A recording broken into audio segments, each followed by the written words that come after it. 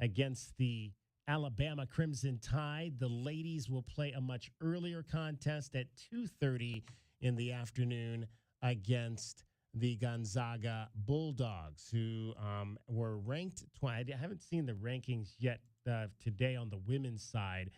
They were ranked 21st to start last week. We'll have to check and see if they have gone up from that, but it'll 20th. Be a game 20th. So they made a rung jump there, did the 11-2 on the season are the Zags. Yeah, it's not too bad. Not too bad at all. The women getting a huge win over ASU. Anytime you can beat ASU, it is a good thing. Anytime you can go into Tempe and kick their butt, that is even better. Nothing wrong with that, and that's exactly what Adia Barnes' crew did on Sunday. 91-52, a 28-8 second quarter.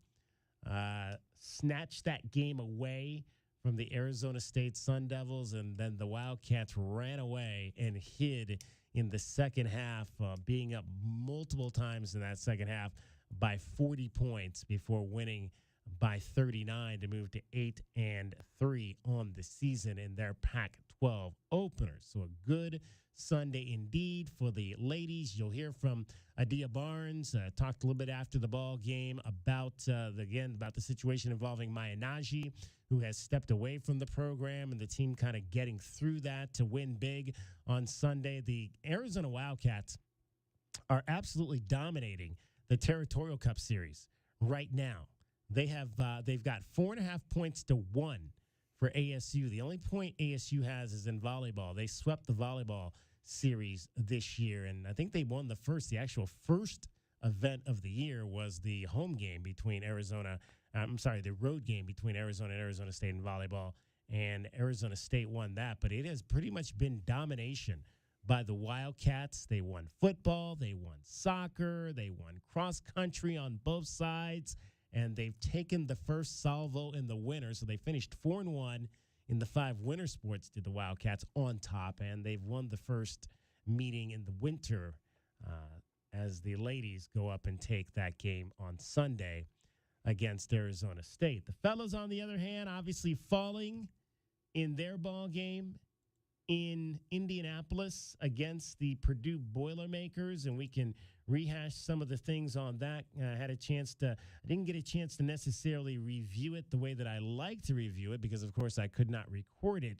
at home, but did go through some of the highlights and watched a number of things, and we can dive into that as well. Your thoughts on what you saw from the Arizona Wildcats in that game on Saturday, their first loss of the season. And as a result of that loss for Arizona, the Wildcats fall all the way from number 1 to number 4 in this week's AP Top 25, as well as the coaches poll. Purdue, as I expected, it was going to be Purdue or Kansas. I was anxious to see what the voters would think. Would Purdue's winning essentially on their home court or home turf, playing up the road in Indianapolis, be considered a bigger win by the voters than Kansas going on the road and coming back from 13 down in Bloomington, Indiana, to beat the Hoosiers? What would the voters think was a bigger win? Clearly, the voters thought number 3 beating number 1 was the bigger win because Purdue got 48 of the first-place votes on the AP side to Kansas's 6 and Houston's 8. Arizona did not get a single first-place vote in either poll this week. Houston is the surprising part of that to me because in Week 6, Arizona got all but 1 of the first-place votes, and Houston is the team that got that last 63rd first-place vote. This week, a lot of voters out there, DK, apparently weren't super impressed with Purdue's win because Houston got 7 more first-place votes this week than they did last week. So coming in, it's a fairly split. 48 is a pretty good consensus. Obviously, Purdue looked really, really good on Saturday. But, yeah, Kansas and Houston also with, a good margin. That's like 15-20% of the first-place votes as well. So your AP Top 25 reads Purdue at number 1, 48 first-place votes. They're 10-1. Kansas, number 2, with 6 first-place votes. They're 10-1. Houston is 11-0, and the Cougars got the 8 first-place votes, as J-Dub mentioned there. Arizona comes in at number 4. The Wildcats are 8-1. UConn is 5 at 10-1.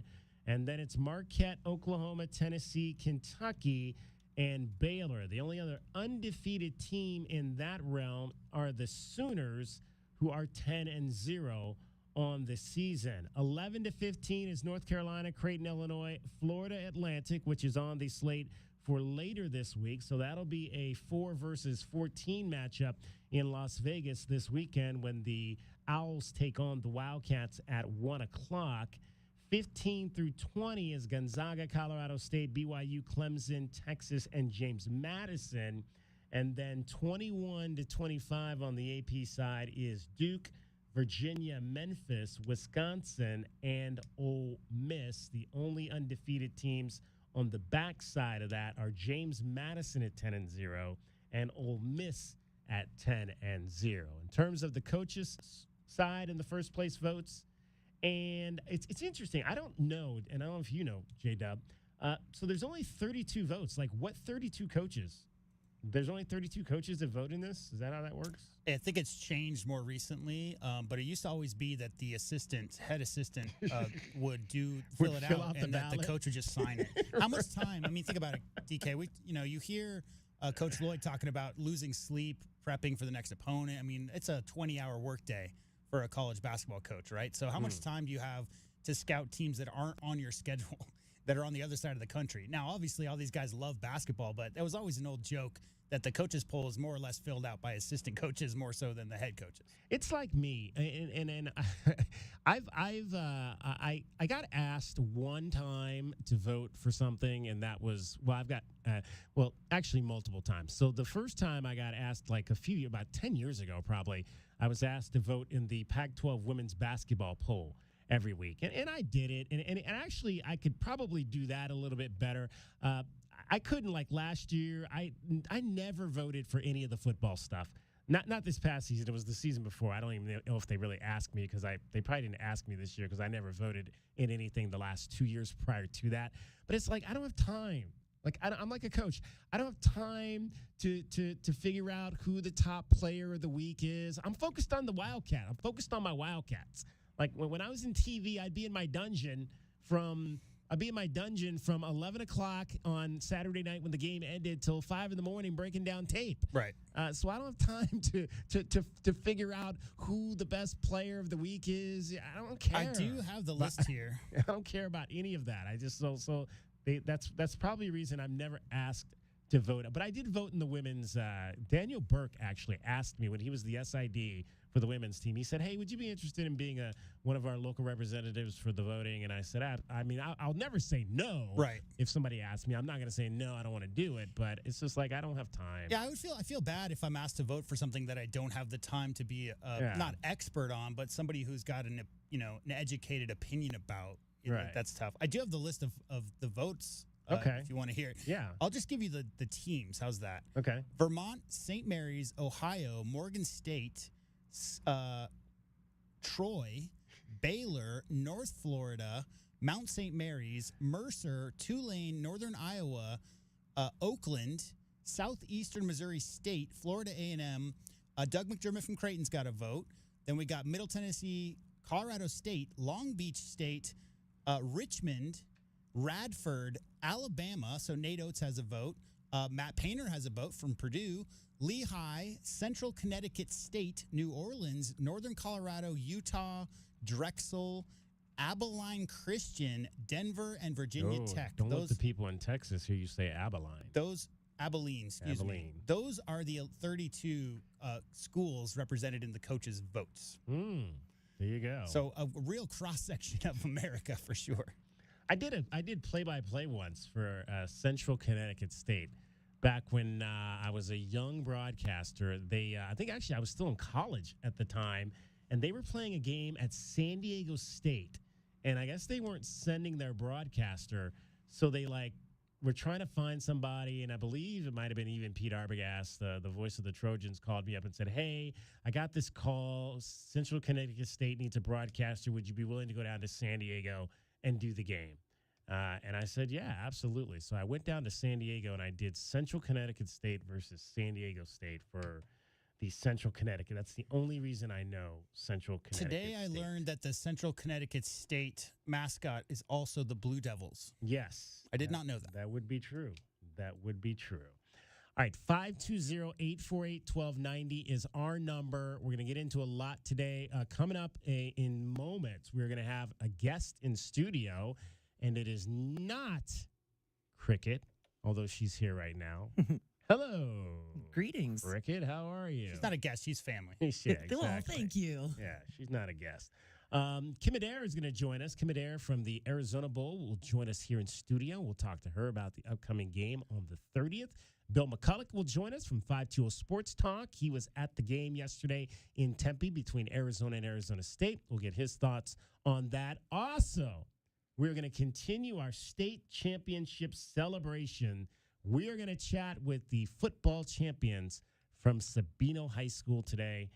Ryan McBrayer and his kids, an 11-3 run to the state title win over Paradise Honors.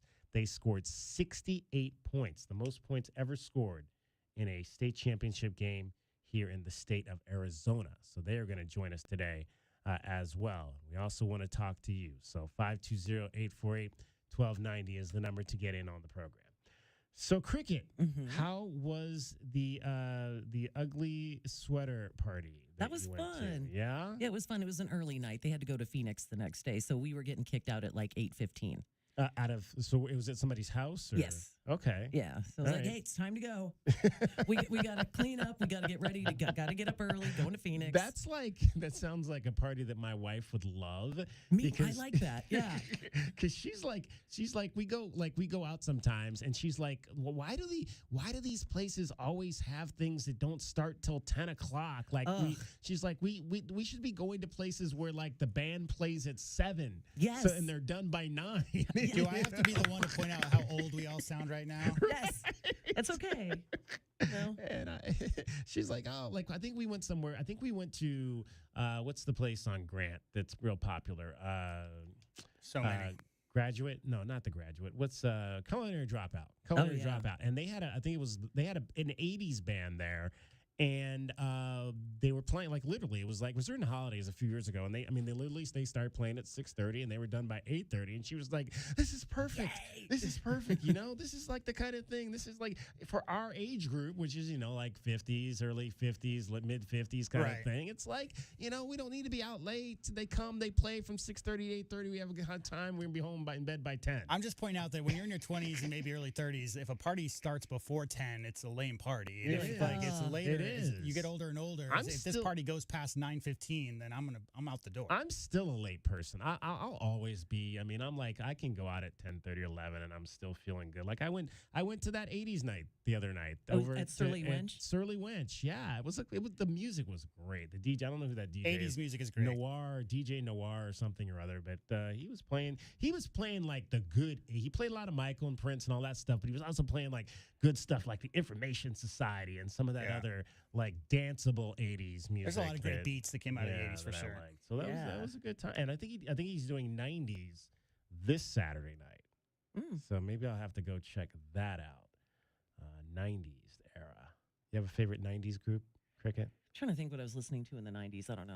Like that's when I started in radio. Were you a garage band? Like, did you get into like Stone Temple Pilots or Nirvana or anything like any of that Seattle grunge They weren't music? my big thing. I loved Stone Temple Pilots. That was one of my favorite groups. It's got to be like Nirvana or Rage or something. One of Rage those Against the Machine. some of those early bands were super influential and kind of changed music for that era because it all came off of hair bands, right? So it's like you had the hair bands of the mid to late 80s, and then grunge was a answer to hair bands, more or less. The follow-up, And what was the answer to grunge in the 2000s? Did we get an answer to that? We're still there, man. We're still boy bands. Boy bands, I think. That's right. That's right. Boy like bands in the NSYNC early 2000s and Backstreet Boys. I liked NSYNC, but I never really got into the whole. I probably watched some of those. What was the one, the one making the band? What was, oh God, it was like, I can't remember their name. Yeah. But they did the video with the boat. They were on the boat with all the. Everybody was on a boat in that area. Everybody. Right. Could they do a video without people being on a boat? Required. No. You had to have a boat. All right, getting you home every 20 minutes on the fives. Kym Adair is going to join us, but first, let's hear from Cricket. And from the O'Reilly Chevrolet Traffic Center, it's Wildcats Radio 1290 Traffic and Weather. Together, reported collisions. Silver Bell in Twin Peaks, a hit-and-run wreck. Camino Seco north of Escalante, Shannon and McGee, and also Ina and Oracle clearing. Some slowing at Irvington and I-19. 53 are low, cloudy overnight. 75 partly cloudy tomorrow. There is rain expected Friday and Saturday. 78 now. I'm Cricket with your Wildcats Radio 1290 Traffic and Weather together. This report is sponsored by Lowe's. Don't miss out on new deals every day during Lowe's 25 Days of Deals. Get a Werner 4-foot fiberglass stepladder. Was $59.98, now $29.98. Because Lowe's knows deals every day. Valid through 12/20 while supplies last. Selection varies by location. DJ on the Sports Tip, 3 to 6 weekdays. Working on my hockey link. You're my doing that. jargon. You're learning quick. Do you know what icing is? I love icing. That's my favorite part. Yeah, it's the best part of hockey, isn't it? Don't miss out on all the fun. Do you often worry you left the garage door open? With a LiftMaster garage door opener powered by MyQ, you'll never worry again. You can control, secure, and monitor your garage from your smartphone anytime from anywhere through the MyQ app. As an authorized LiftMaster dealer, we have smart openers designed for your needs, including belt drive motors for ultra-quiet operation, integrated camera for live video streaming, and battery backup that lets you in when the power is out. Kaiser Garage Doors and Gates is your authorized local LiftMaster dealer. Visit KaiserDoor.com for more information. Jingle all the way to Desert Diamond Casino. There are next level thrills, a whole lot of winning, and so much more in store this month. Let's hear it. First up, it's $1 Million Pro Football Frenzy and 10K Saturday. Then there's Holiday Gift Grab and the Road to Riches finale. Wow! And be sure to check out fantastic live entertainment at the Diamond Center with Gary Allen, clairvoyance, and more. Rock on! Then on New Year's Eve, it's New Year's Eve Hot Seats Frenzy at Sahuarita and Tucson. And you can win your share of $25 grand at Tucson with New Year's Eve Cash Train. That's true, Tucson. All this plus your favorite slots and table games, Arizona's finest sportsbook, and delicious food and drink specials. It's all here at Desert Diamond Casinos. True. An enterprise of the Thana Autumn Nation. See Rewards Center for details. They say time flies like a sparrow. And fruit flies like a banana. We're off to a great start. If you two don't mind, I'd like to tell our customers about something they won't do in 2024. I'm not doing a lot of things. Like changing your socks. Guys, I'm talking about no payments or interest for a full year on a new system. Oh, people are going to like that. You should tell them. As I was saying, Alaskan AC can install a brand new heating and air system and have no payments or interest for a year. 365 days. 12 months. You'll get all the comfort, and you won't write a check for a whole year. Ha! Ron still writes checks. He's so old, the first picture of him was an oil painting. You guys having fun? I never have fun. I'm having a little fun. This is big. With approved credit, get a spanking new furnace and AC system. No payments or interest for a year. Spanking new? Ron talks old-timey. Schedule your appointment today, whenever you want, online at alaskanac.com. Don't miss out on new deals every day at Lowe's. Get up to 30% off, plus save up to an extra $750 on select major appliances. Valid through 12/20. Appliance savings vary based on purchase amount. Exclusions apply while supplies last. Selection varies by location. See Lowes.com for details. Want to support a nonprofit that helps youth and adults in the most challenging moments of their lives and save hundreds of dollars on your Arizona taxes? Donate to Intermountain today and receive a dollar-for-dollar tax credit and support their work for their more than 20,000 at-risk individuals each year. To make your gift and for more information, visit intermountaincenters.org. Intermountain, serving Arizona's health need for 50 years.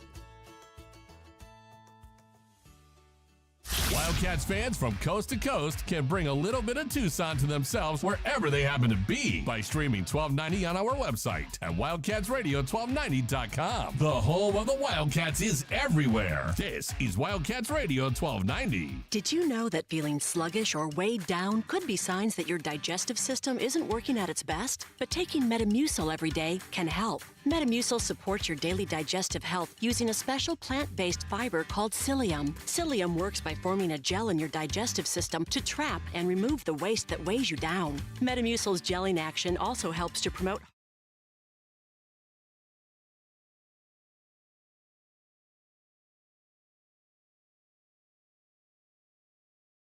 the Sports Tip on Wildcats Radio 1290.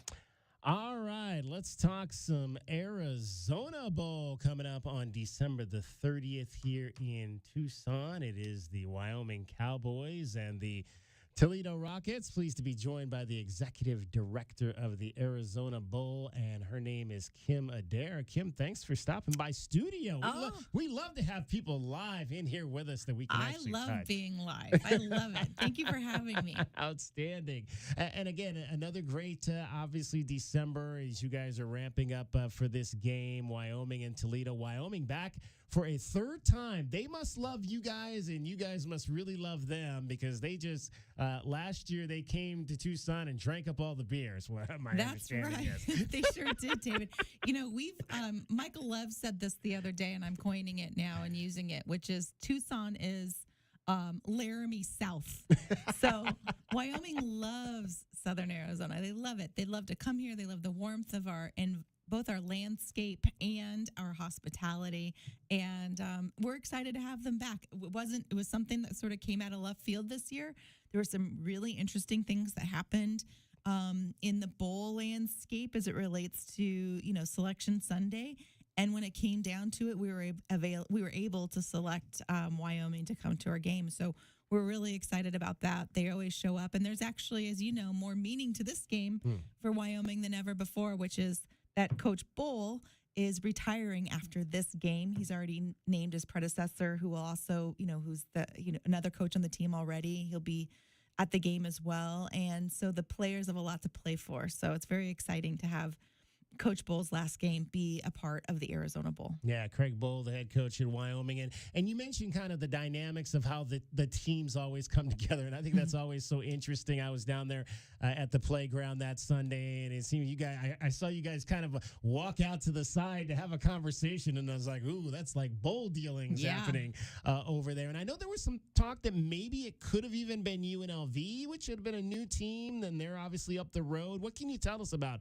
how it all played out? It's so interesting. People think that we have these teams locked up weeks or days in advance, and it's so not true. As you know, we were already past our, on air time to announce the teams, and we were still trying to figure it out. And that's because all of the selections that happen above us, in the CFP semifinal games, that all trickles down, when there's any interruptions or rare things that happen within those dynamics of the CFP semis, the New Year's Six New Year's Six selections, and then do the conferences have enough teams to put into their bowl games? And when it came down to it, some of the conferences just didn't have enough teams, and so they started to pull from other conferences, which is where we ended up being on that day, and then we finally get down to our selection, and we get to pick from the teams that hadn't been selected yet. And we were thrilled to have Wyoming back, because we know that they're going to come, they're going to travel here, they're going to eat at our restaurants and drink our beer and have a great time, buy our tickets, and really show up at the game. And that's a win-win for everybody. And we're excited to have them, and we're excited to see them compete against Toledo, which is another really, really tough team.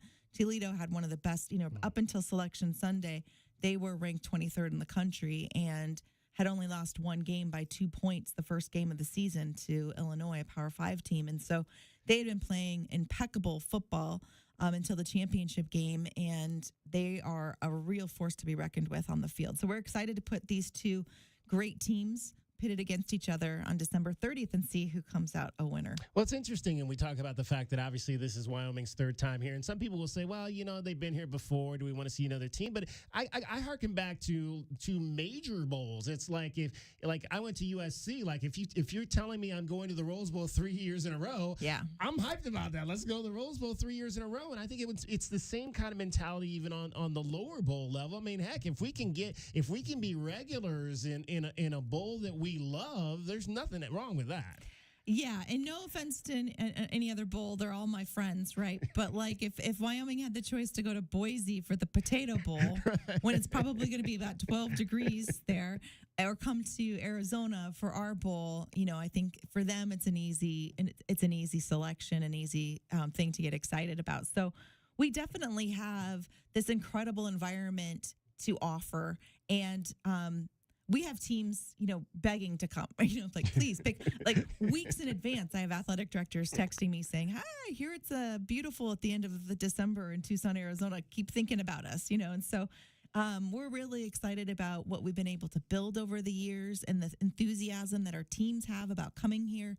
And I know it's only going to, only continue to get stronger and stronger as we progress. By bowl standards, we're still kind of a young bowl, so it's exciting to watch how it grows. Kym Adair from the Arizona Bowl. She's the executive director. She joins us as somebody that grew up in Ohio. I love the fact that the Mid-American Conference is a part of this, and we get to see teams from my background. Little disappointed that my mom's alma mater, Kent State, still hasn't made it out here, but hopefully maybe in the future that might happen. But I had a lot of friends. I know a ton of people that went to OU that were happy about the Bobcats coming out here and winning last year. And I was right in the end zone when they scored that touchdown. The guy came right into my face and almost knocked me over, scoring the game-winning touchdown. But what the relationship with the Mid-American Conference, what's been special about that? They're a terrific conference. First of all, by far, they're probably the most stable conference out of all 10 in college football. I don't think they've had a change at the MAC in 20 years. That they have a very small footprint. Their schools are very close to each other. They can bus almost to all of the schools without having to take flights. And so keeping that, the way conferences used to be, that regionalism around a conference is really special. And then the funny thing about the MAC is that they're so equally qualified. Like, they beat up on each other. And you might have a really great team that has maybe a record that doesn't reflect that, because these teams just beat up on each other. They're just, oh my gosh, one team you think will be going all the way, and then all of a sudden another team comes in and starts fighting.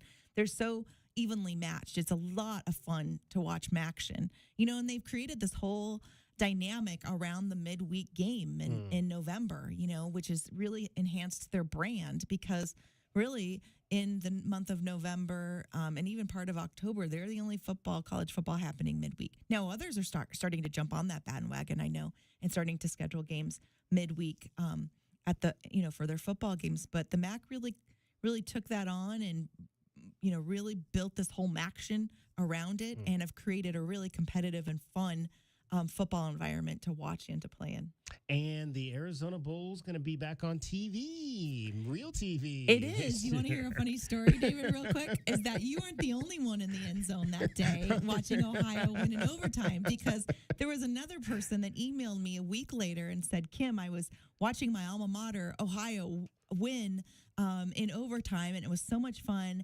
And my day job is that my company, I'm the chairperson of this company that owns the CW. Oh, wow. And we want to be a part of this.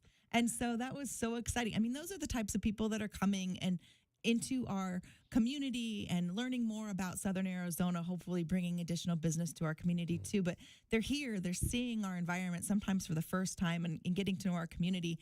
And he was so excited about what he saw. He's like, I want this to be on the CW. And it took a while to get that all worked out and be able to announce it, but we're so excited to be on the CW. Last year, we're very innovative in being the only digitally streamed game out there.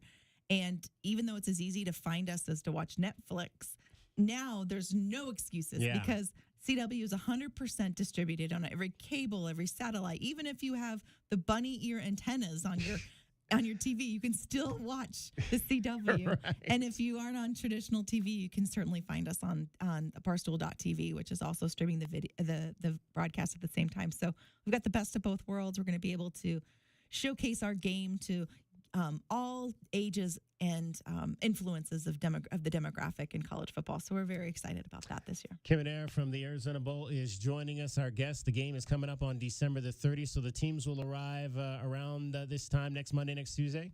They will. Yeah. I can't believe it's almost here. We're so excited to have them. You're gonna see them all around town. I mean, our teams are very excited to do a lot of the great things that we have to offer here in Southern Arizona. They're going to be all around town those 4 or 5 days leading up to the game, and then you'll definitely see all of their fans, eating at our restaurants and shopping at our shops and enjoying Southern Arizona too. So it's going to be incredible. I'm very, very excited. We need Southern Arizona to show up, buy a ticket, come see.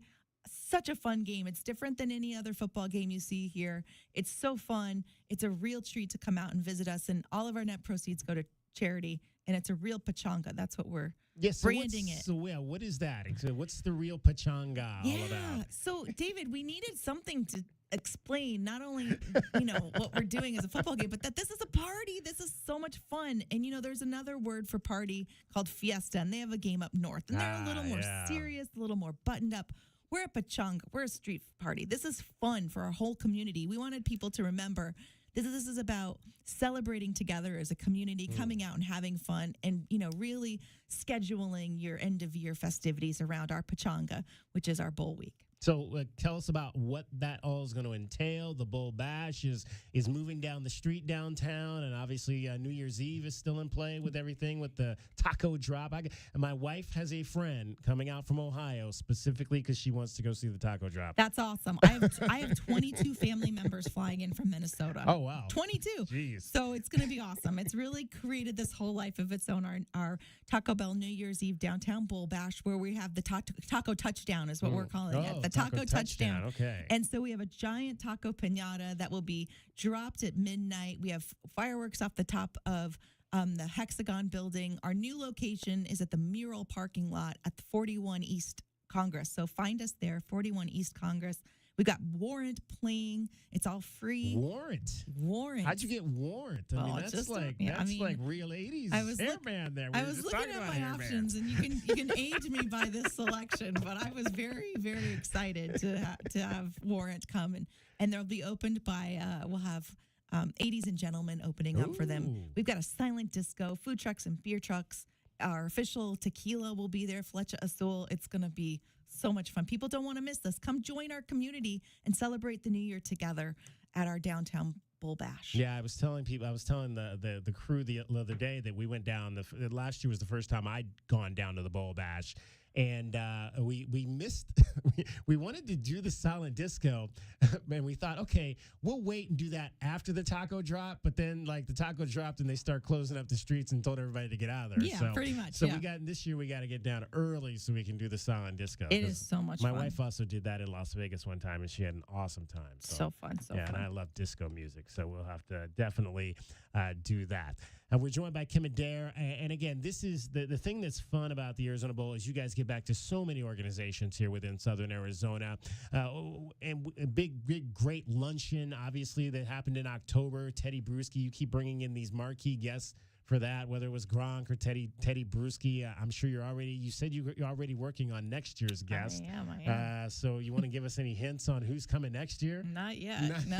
But whoever it'll be worth the ticket price. I mean, and probably some. We really like to bring in great star athletes, not just from football, but we've had baseball and other sports represented there just to come in and join our community in celebrating and getting ready for the bowl game and bowl season. So not sure we're working on a few things. I mean, you know me, I always think big. Until you tell me no, and probably no 3 times, I'm still trying to get something really big. And so I can't wait to bring some of these amazing athletes into Southern Arizona for them to share their stories and help us, launch bowl season every year. And you broke ground as being, one of the initial female executive directors of a bowl game.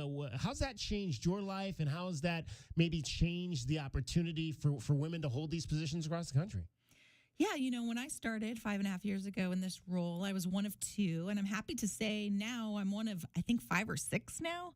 So as positions in this industry are starting to open up, we're getting more and more women into those executive director positions. I think there's a real tipping point now. I think you'll likely see a lot more women in sports executive positions. I'm certainly happy to say that I see them at the, athletic director positions, the commissioners. Our commissioner of the Mountain West is a woman now, Gloria Navarez. She's incredible.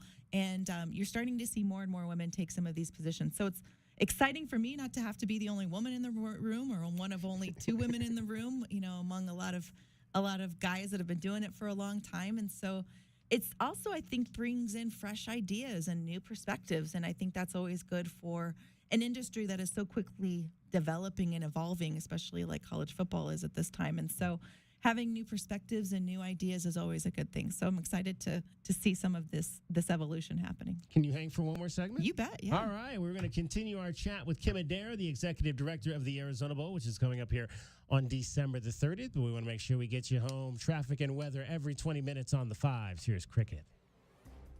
From the O'Reilly Chevrolet Traffic Center, it's Wildcats Radio 1290 Traffic and Weather together. Collisions reported Los Reales east of Alvernon, Los Reales and Swan, Camino Seco north of Escalante, Shannon and McGee, and also Ina and Oracle. Busy traffic at Ajo and Mission, also at Irvington and I-19. Weather-wise, mostly cloudy overnight. 53 our low, 75 partly cloudy. Tomorrow rain is expected Friday and Saturday, 78 now. I'm Cricket with your Wildcats Radio 1290 Traffic and Weather together. This report is sponsored by Indeed.com. Temperatures getting low but demand remaining high? You need Indeed. Their all-in-one platform helps you attract, interview, and hire candidates all from one place. And Indeed's interview tool lets you schedule and conduct virtual interviews right from their website. Visit Indeed.com/credit. Jingle all the way to Desert Diamond Casino. There are next-level thrills, a whole lot of winning, and so much more in store this month. Let's hear it. First up, it's $1 Million Pro Football Frenzy and 10K Saturday. Then there's Holiday Gift Grab and the Road to Riches finale. Wow!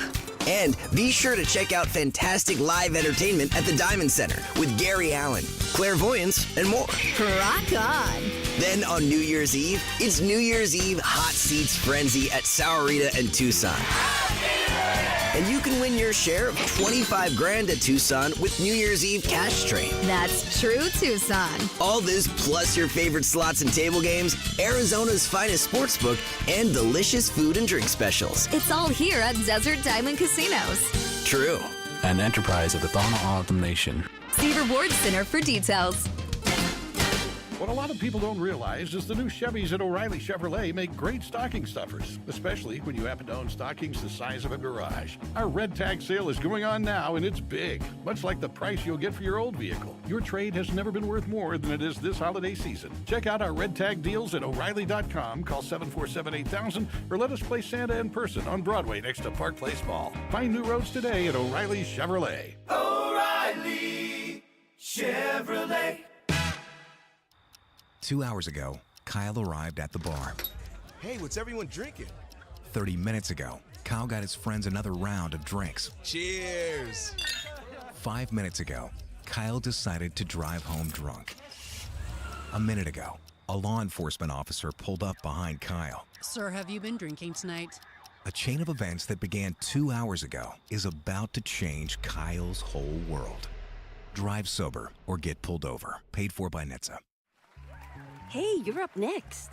Ugh, my throat hurts so bad. There's no way I can sing tonight. Here, try these. Vicks VapoCool Drops. Yeah, Vicks VapoCool Drops has maximum strength menthol with a rush of Vicks Vapors. Ooh, I can already feel it. I told you. So, you ready? I'm ready. Vaporize sore throat pain fast with Vicks VapoCool Drops. Hey, Scott Lehman here from Premier Auto Center. Check out this month's Wildcats Radio 1290 Community Calendar powered by Premier Auto Center. Visit the Wildcats Radio 1290 Community Calendar at wildcatsradio1290.com to find out what community events are coming up in the Tucson area.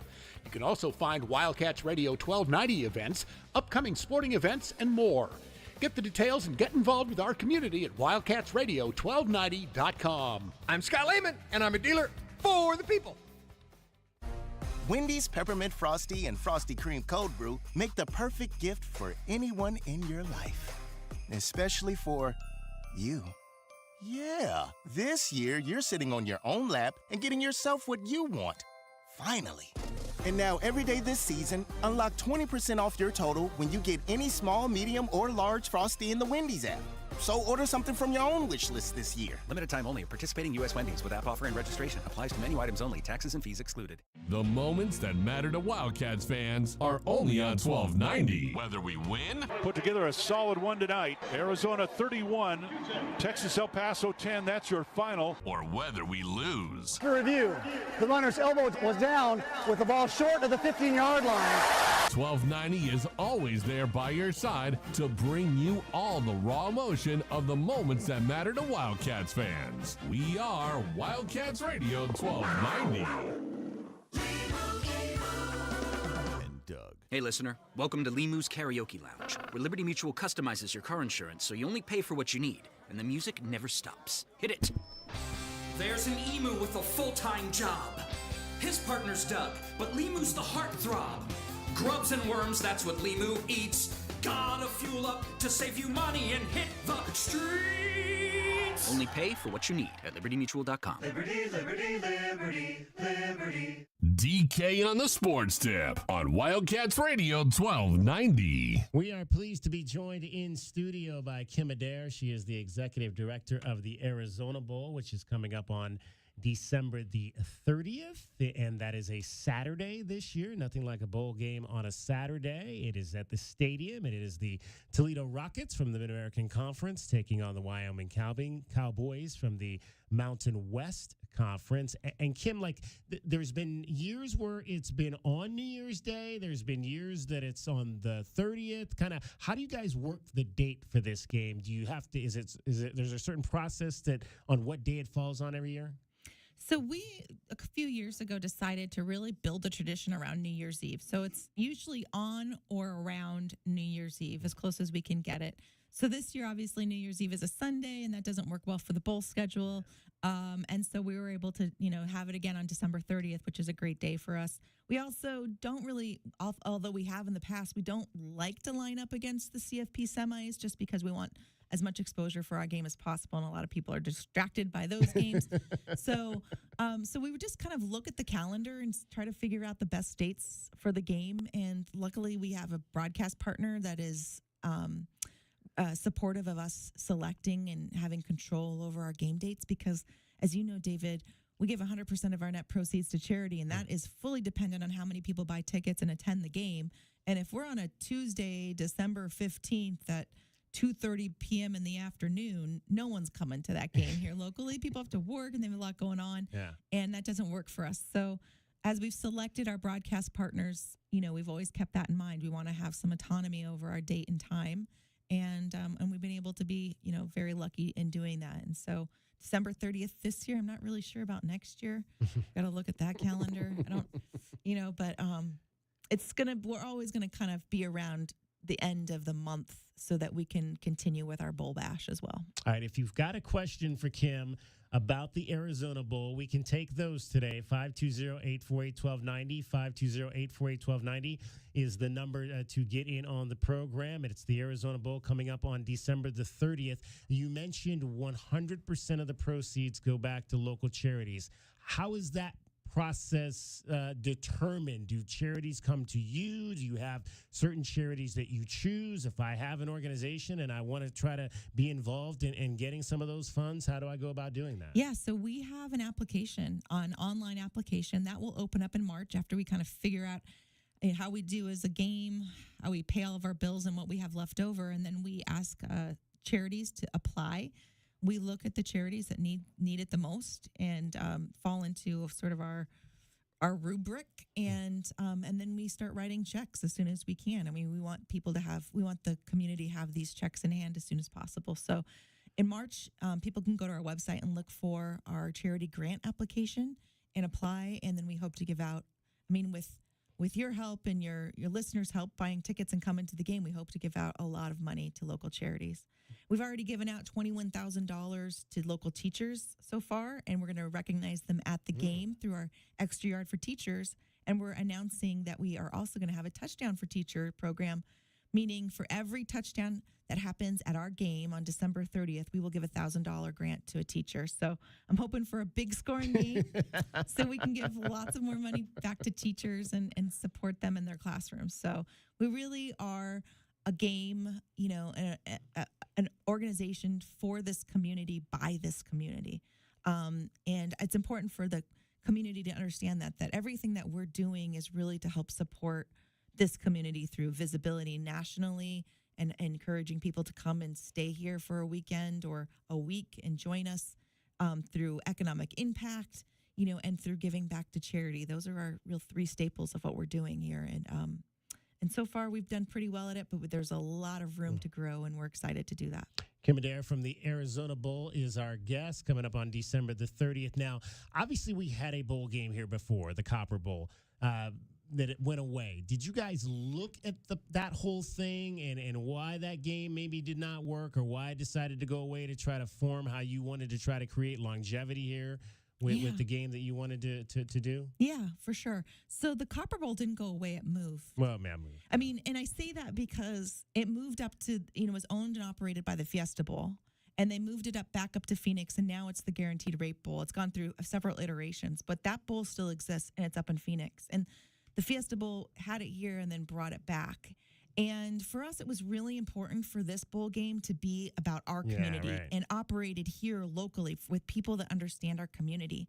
And if you understand our community, you know that, we don't have the depth of resources and sponsors that the Fiesta Bowl does up in the Phoenix metro area, just by the sheer volume of people and businesses up in Phoenix versus down here in Southern Arizona.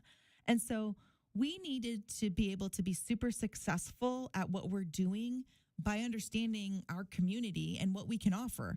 And what we can offer is to great conferences, an incredible environment, a great city to visit, all of these great activities for our teams to have. But that doesn't mean that we necessarily need to have Power 5 schools here. And there's always a push for that, right? But when you're inviting Power 5 schools here, you're looking at the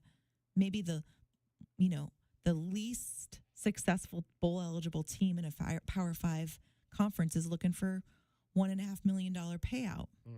And that's for an underwhelmed fan base, right? Exactly. And for us to be able to pay that, our ticket prices would have to be huge. We'd have to have people come out and buy these tickets, and for a team that perhaps they're not, that excited about at the time because they're not performing really well. And we really felt like, let's get some of the best teams in our conferences, in the group of 5 conferences, to come here and compete and have really competitive games. And that makes the most sense for our community, for our game. And, as we grow, like I said, we're 9 years into this. The Fiesta Bowl's been around for 50 plus years. And they have a foundation of, foundation that has over $60 million, I think, in it, right? And so one day, maybe as we grow and we're able to do more and more and attract more and more people to our game, maybe we'll be able to do that. But right now, we're really happy with the teams that we're inviting, the conferences that we're aligned with, the excitement that we bring to our community, and what we give back to our community. So I think sometimes if you aren't realistic about what you are and, what you can be in the future, but then I think it leads to a lot of issues, and we're all about success. We want to be the best for our community. And so we've been able to do that. We're the highest attended bowl game of bowls like us, out there. And we're excited. We're proud of that. We're proud of that. So is then realignment in college football, is that affecting you? Yes or no, in terms of everything that's happened out here at the West, the breaking up the Pac-12, which obviously you're not involved with. How is that affecting bowl games like you, if it is at all? So for us, we're pretty lucky, knock on wood. The MAC, like I said, is the most stable conference out there right now. And the Mountain West has been able to keep their membership together, and now looks like they're going to be, at least in the near term, they have an agreement with Oregon State and Washington State to schedule together. And I think you'll see over the next few years, either they're going to join the Mountain West or the Mountain West will rebrand themselves to be the Pac-12. And, there's going to be some dynamics there. But ultimately, I think it helps us add a couple more teams to our conference that we'll be able to attract in the future. For other bowl games like us who aren't with as stable conferences, it's concerning. You have a great bowl over in San Diego, the Holiday Bowl, who's been aligned with the Pac-12 for a long, long time. Now, where do they go, and where are they in the order of these bowls? Are they now below the conference's bowl games that they've had there for a long time? So maybe they were getting the the second or third best team in the conference, and now they're looking at the seventh or eighth best conference team. So yeah, it's something that we are working together as an industry to try to figure out. There's a lot of dynamics happening in college football right now that are affecting bowl games specifically, but yeah, we're all working through it and trying to hope for the best. I think sometimes we're an afterthought in some of these conversations, which is unfortunate. I wish someone would have called me about the transfer portal, but they didn't. How did you find out about this job? Like, were you recruited? Did somebody say, "Hey, Kym, you want to come run a bowl game?" Or did you see it? Like, how did you come to be here? It's a really funny story. It's a unique story.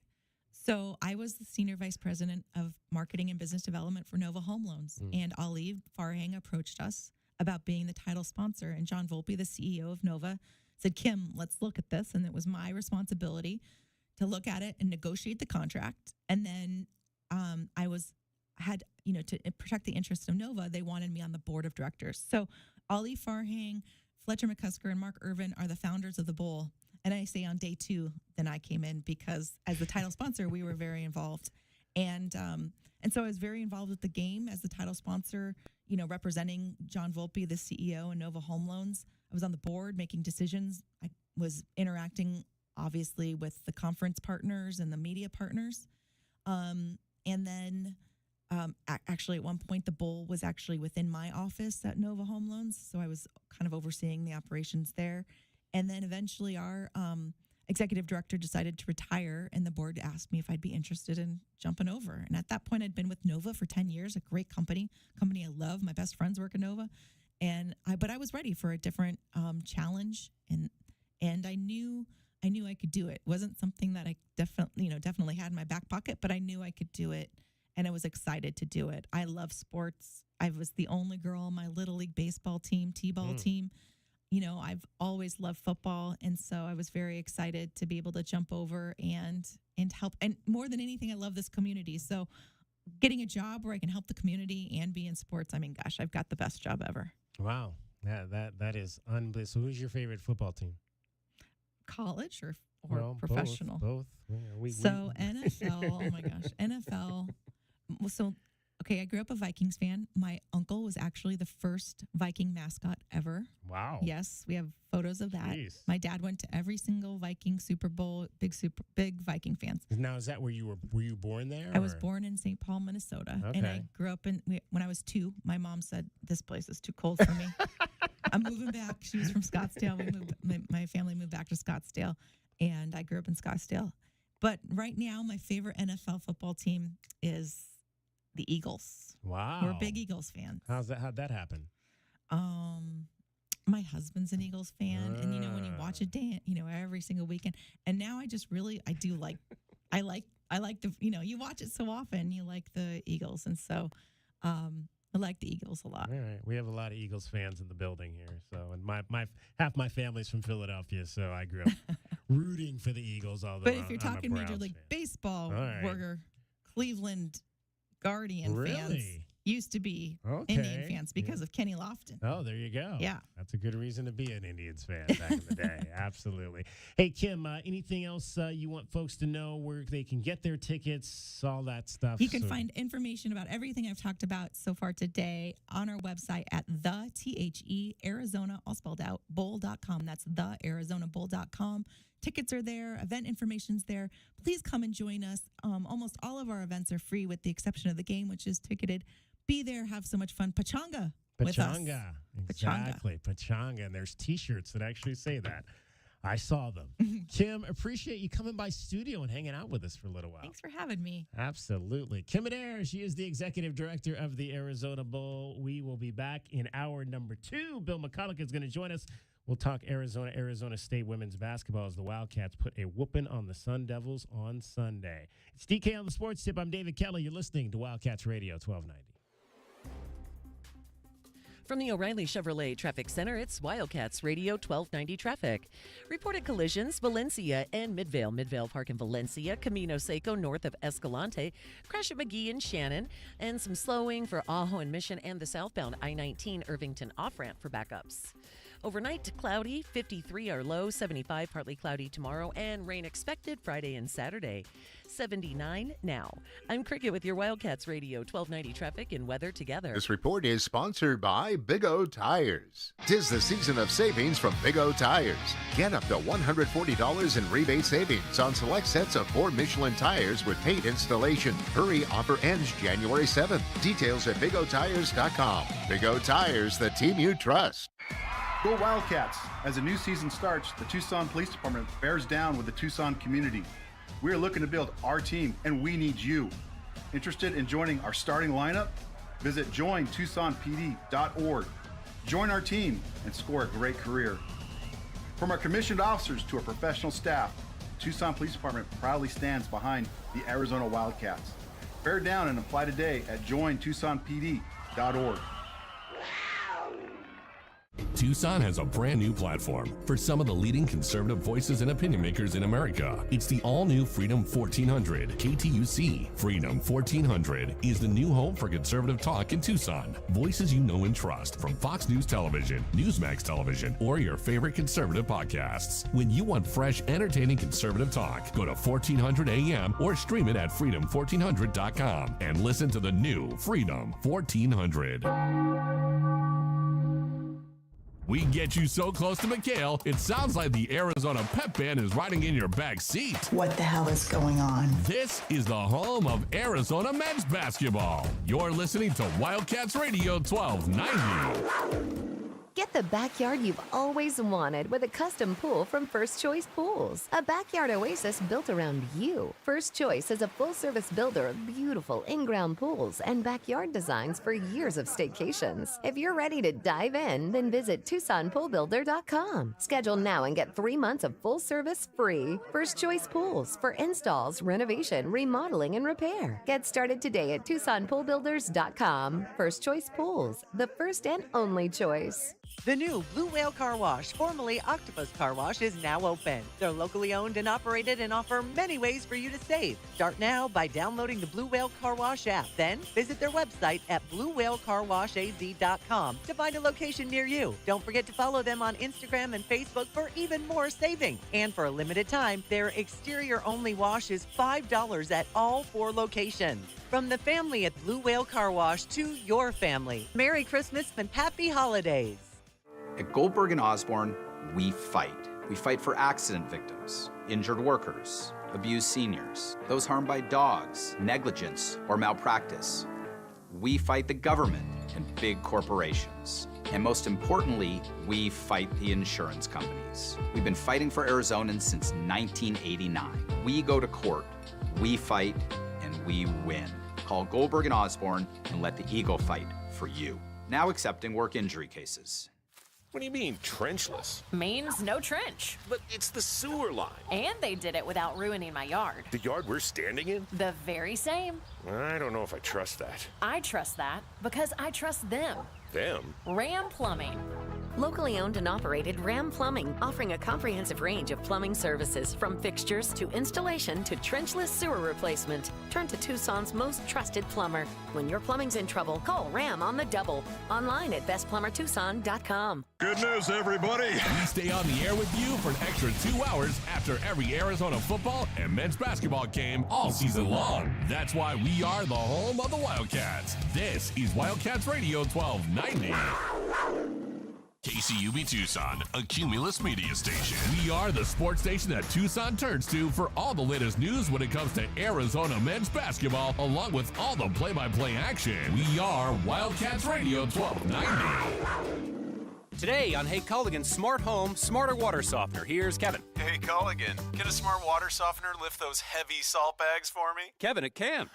Wait, it can? Yup, the smart high-efficiency water softener from Culligan can alert your dealer when the salt needs to be replaced, and they'll do it for you, so your water stays soft and you stay away from lifting the bags. I mean, I could lift them if I wanted. No judgment here, Kevin. We're happy to do it, and we're already on the way. Let us help you out with a free in-home water test with the local Culligan water expert at Culligan.com. I thought learning a language would be too much work, but Babbel makes learning fun. J'aime Babel.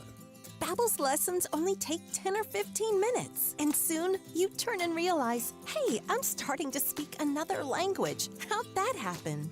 Babbel isn't robots talking. You learn words and phrases from real native speakers. I was ready for real-life conversations in just a few weeks. So easy. Go to Babbel.com to try for free. That's Babbel.com. Babbel.com. Why does 1290 run this town? It's simple. 1290 is the only radio station that can bring you Thursday, Sunday, Monday Night Football, the NFL playoffs, and the Super Bowl. Scoreboard 1290. This is the home of the Wildcats. This is Wildcats Radio 1290. I thought learning a language would be too much work, but Babbel makes learning fun. J'aime Babel. Babbel's lessons only take 10 or 15 minutes, and soon you turn and realize, hey, I'm starting to speak another language. How'd that happen? Babbel isn't robots talking. You learn words and phrases from real native speakers. I was ready for real-life conversations in just a few weeks. So easy. Go to Babbel.com to try for free. That's Babbel.com. Babbel.com. Live from the CNWT. From the what? Central Northwest Tucson, duh. It's DK on the Sports Tip with your host, David Kelly. Radio. Just when I thought I was out, they drug me back in. Featuring J.W. Madden. Don't tell me about flip-flops, man. I'm a native. And Cricket getting you home with traffic and weather. Camp on Melt Lemon, not in the left lane on the freeway. Here we go! And now, a man who has not one, but 3 first names, David Scott Kelly. Hour number 2 on a Monday. Thanks to Kym Adair from the Arizona Bowl for joining us. Got my Arizona Bowl hat on. I think it's being drowned out by the light, so I'll just hold it up there. You can see it. If you're watching us on any one of our number of video streams, we are streaming this show on Twitch, Facebook Live, YouTube at Wildcats Radio 1290 on all of those platforms, Twitter at Wildcats 1290. I'm David Kelly, JW Madden. Cricket is here as well. Just to kind of give you an indication, obviously it's Christmas week, so we have got a little bit of a different schedule coming up over the next 2 weeks as we finish out the 2023 calendar part of the year. We'll be with you today and tomorrow, DK on the Sports Tip at 3 o'clock from 3 to 6. We'll also have the Tommy Lloyd radio show coming up for you tonight at 6:05. So that'll be up at the Union Public House. Get on over to that and hear what Tommy has to say about his team's loss over the weekend in Indianapolis to Purdue, 92-84. We'll get into more of that a little bit later as well. And then Wednesday, great show coming up for you on Wednesday. Really great day coming up on Wednesday. We're going to have Arizona women's basketball for you starting at 2:30. Well, really about 2:15. Our coverage will start from Phoenix, the Footprint Center. It's the Jerry Colangelo Hall of Fame Series. And the ladies are going to be taking on number 20 Gonzaga on Wednesday. So we'll have that game for you here at Wildcats Radio 1290. 2:15 start time, 2:30-ish tip-off for the Wildcats and the Bulldogs. And then as soon as that game is over, we'll go right into our Meridian Wealth Management pregame show and take you up until 8 o'clock because the men are also playing in Phoenix on Wednesday. The men will play Alabama, and we'll have that game for you. Tip-off scheduled at 9 o'clock on the network.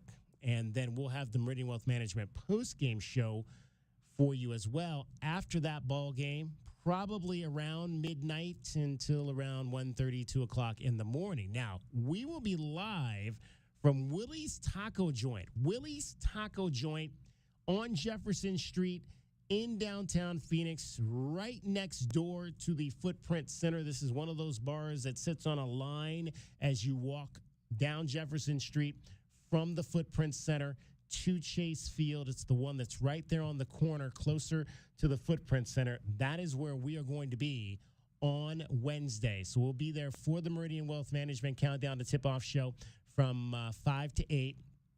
And then we'll be back at Willie's Taco Joint after the game for the nightcap, as I like to say. So come on over after the game. If you're heading up to Phoenix and you're going to be there, come on over after the game for the nightcap, and we'll take you from 12 until 2 a.m.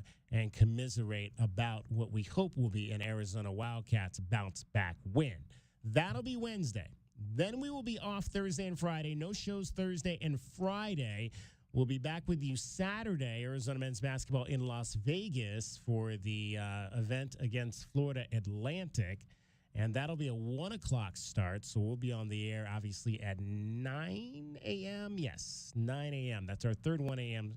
or 1 p.m. start this month. So a 9 a.m. Meridian Wealth Management Countdown to Tip-Off show on Saturday. Then off Sunday, which is Christmas Eve. Off Monday, which is Christmas Day.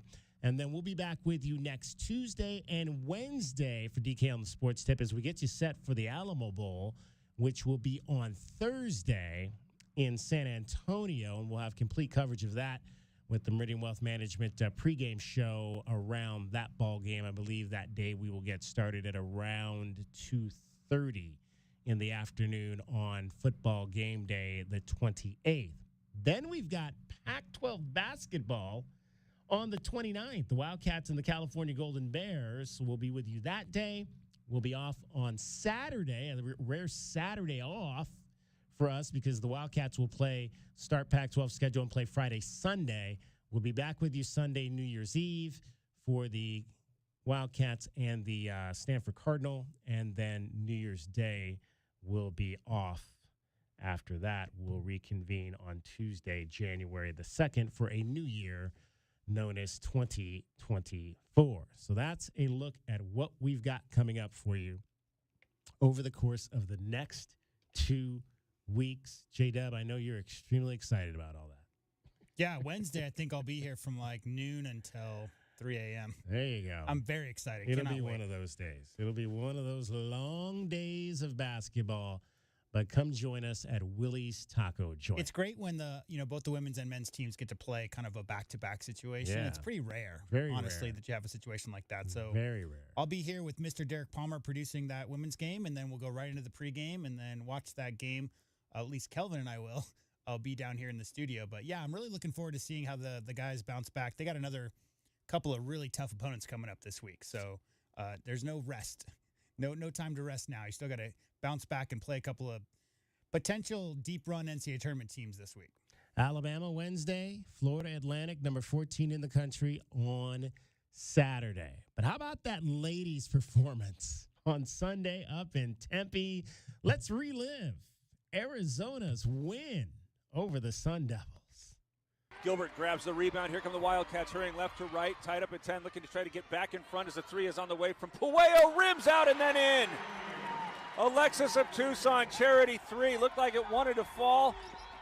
Fought itself and then eventually dropped. 5 seconds as Puello's at the top of the key. Deflected to Blakely. 2 seconds as she's going to step to the left. Try a three ball. That's going to score it as the horn sounds. So now Puello is able to get it out away from the hedge. Go to Bay. Inside and out to Jones, who's going to put up a three ball that's up and down. Another. Lexus of Tucson, charity three. The Wildcats 5 of 6 to start. Expand their largest lead out to 11. Rebound by Martinez. Fire a pass front court left. At the rim goes Jones. And a timeout taken by ASU as the Wildcats have raced out to a 15-point lead. With Blakely now to the corner and Gilbert 8 seconds to shoot. Goes along the baseline, gets around Hunt, puts it up as she's fouled from behind. Count it. And an opportunity for a three-point play as the Wildcats continue to expand their largest lead out to 17 with this free throw forthcoming. As now the Wildcats trying to go 2 for 1. Blakely lost it going up, able to get it back. Now to corner three on the way from Puello. You'll never guess, but it's up and good. The Cats now 9 of 11 after that Lexus of Tucson charity three. And Arizona's lead out to 28. Karuma into a well-positioned Cunningham, who's able to go over the left shoulder and kiss it off the glass over Toure. Arizona's lead is at the 32. It's around Gilbert, and Kaylin might have picked up a foul for not a 34-point game. Instead, she's able to force the miss, get the rebound, not come to the left of the hole where Pueyo's got to go up and underneath to finish. 7 straight by the Cats. Lead back out to 36. Under 8 minutes to play. Blakely turns the corner, drops it off Cunningham. Right at the rim. Won't fall. She's got her own miss up and good. Get Brea into double figures. 5 Wildcats score in double figures. Arizona leads 39, 15 seconds left. Brown wants another one, trying to go one-on-one against Jones, who pokes it away. Loose ball's fallen on by Besselink. Loose ball now picked up by Chris, but she's going right at Cunningham, who's got her 5th block. 3 seconds left. The horn's going to sound. The Cats have a 40-point win. 91-52. Well, 39, but who's counting? It was huge. 91-52. The final. Kaylin Gilbert finished with 19 points on 7 of 10 from the floor. How about Helena Pueyo? She took 8 shots. That's a lot. Yeah. That's a lot for Helena to take 8 shots. She made 5 threes to finish with 18 points. Brea Cunningham, 11 points, 8 rebounds, 5 block shots in the ball game. 10 points for Esmeri Martinez. 10 points for Skylar Jones. A nice bounce back from the loss to Texas and the loss of Maya Nagy. I'm not great at math, DK, but 24 in the first quarter and 28 in the second quarter, that adds up to 52. So Arizona scored as many points as the school up north did in the whole game just in that first half. They did, and really ran away. This game, I think it was tied at one point 10-10. And so and then it was 52-24 at the half. So 42 to 14 run between the time it was 10-10 to the end of that first half for the Arizona women's basketball team. And afterward, let's hear from the head coach, Adia Barnes, who talked about first she talked about the Maya Nagy situation and just kind of how the team has reacted to the departure of their friend and their 3rd leading scorer. We're going back to Maya's departure and things like that. Do you know, culture is so important to this team. Has the team reached out, supported? I'm sure they have been, right? Yeah, absolutely. The team Maya was great. Maya did so much for the program. She was kind of the face of the program. I just think people don't understand the academic part. Yeah. And honestly, next year she was starting residency. I don't know. That would have been very difficult. It would have been possible because I'm going to make adjustments, but it would have been very difficult. No one does that. No one's done it. So I think just with all the demands and our travel, this and that, but I still talk to her daily. Cool. The team still talk. They were FaceTiming her after. So because it's not about that. It's like she's going to do what's best, and she has a dream that she wants to stay, or she wants to reach. So you have to support that. And I think as a teammate, you're thinking of yourself. You're like, oh God, our team. But I think you have to look at what her most. It's not going to WNBA. It's to be a doctor. Yeah. So I think when you look at that, it's just hard as a team. We're going back to Maya's. Yeah, then again, a difficult thing for the team to kind of go through. Because again, you're not just losing a player on the court; you're losing a friend to all of those girls that have been a part of that program, that had a chance to play with her, the ones that are returning, and obviously the young ladies that are coming in this year and looking up to her as a role model. But man, did they they galvanized themselves, and Dia's absolutely right. Sometimes it takes that adversity to pull a team together to figure out a way, and they figured out a way in a big way in Tempe on Sunday, getting that win by 39 points over the Arizona State Sun Devils. Yeah, whatever it was a message, DK, because they didn't let up, right? They had that huge 25-point lead at the halftime. They won all 4 quarters, right? So that just tells you, how much effort and energy and message sending this was. People are going to step up in a situation like that. Obviously, she's an amazing player. And, let me ask you this. Don't you think most of her teammates, if not all, knew about the rigors of what her studying was like, and that she had been missing maybe a couple of labs or whatever? And not that they saw the writing on the wall, but that the potential of her maybe not being with the team long term was an option.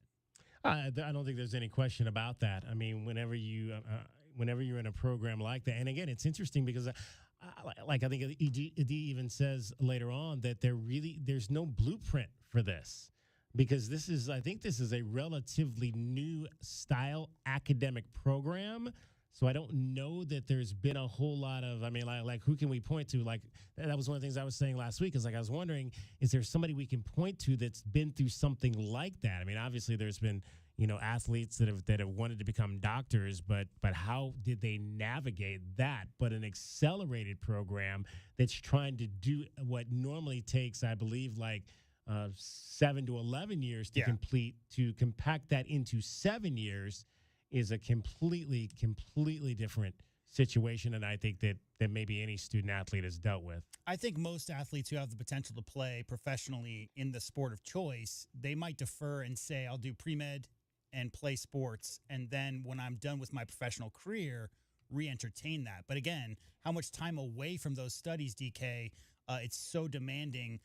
The situation with her, obviously, her first and foremost goal is to help the world and to help people. And so she wants to get through that as fast as possible. And again, nothing but the best of luck going forward. And I'm glad that the team bounced back, especially this game on the road against your rival, in such a big way to send a message that, they may be down a player that they started the year with, but they're certainly just as good, and they're ready to, prove everybody that there's been some injury issues, but it's still another Arizona Wildcat team coming at you. So look out.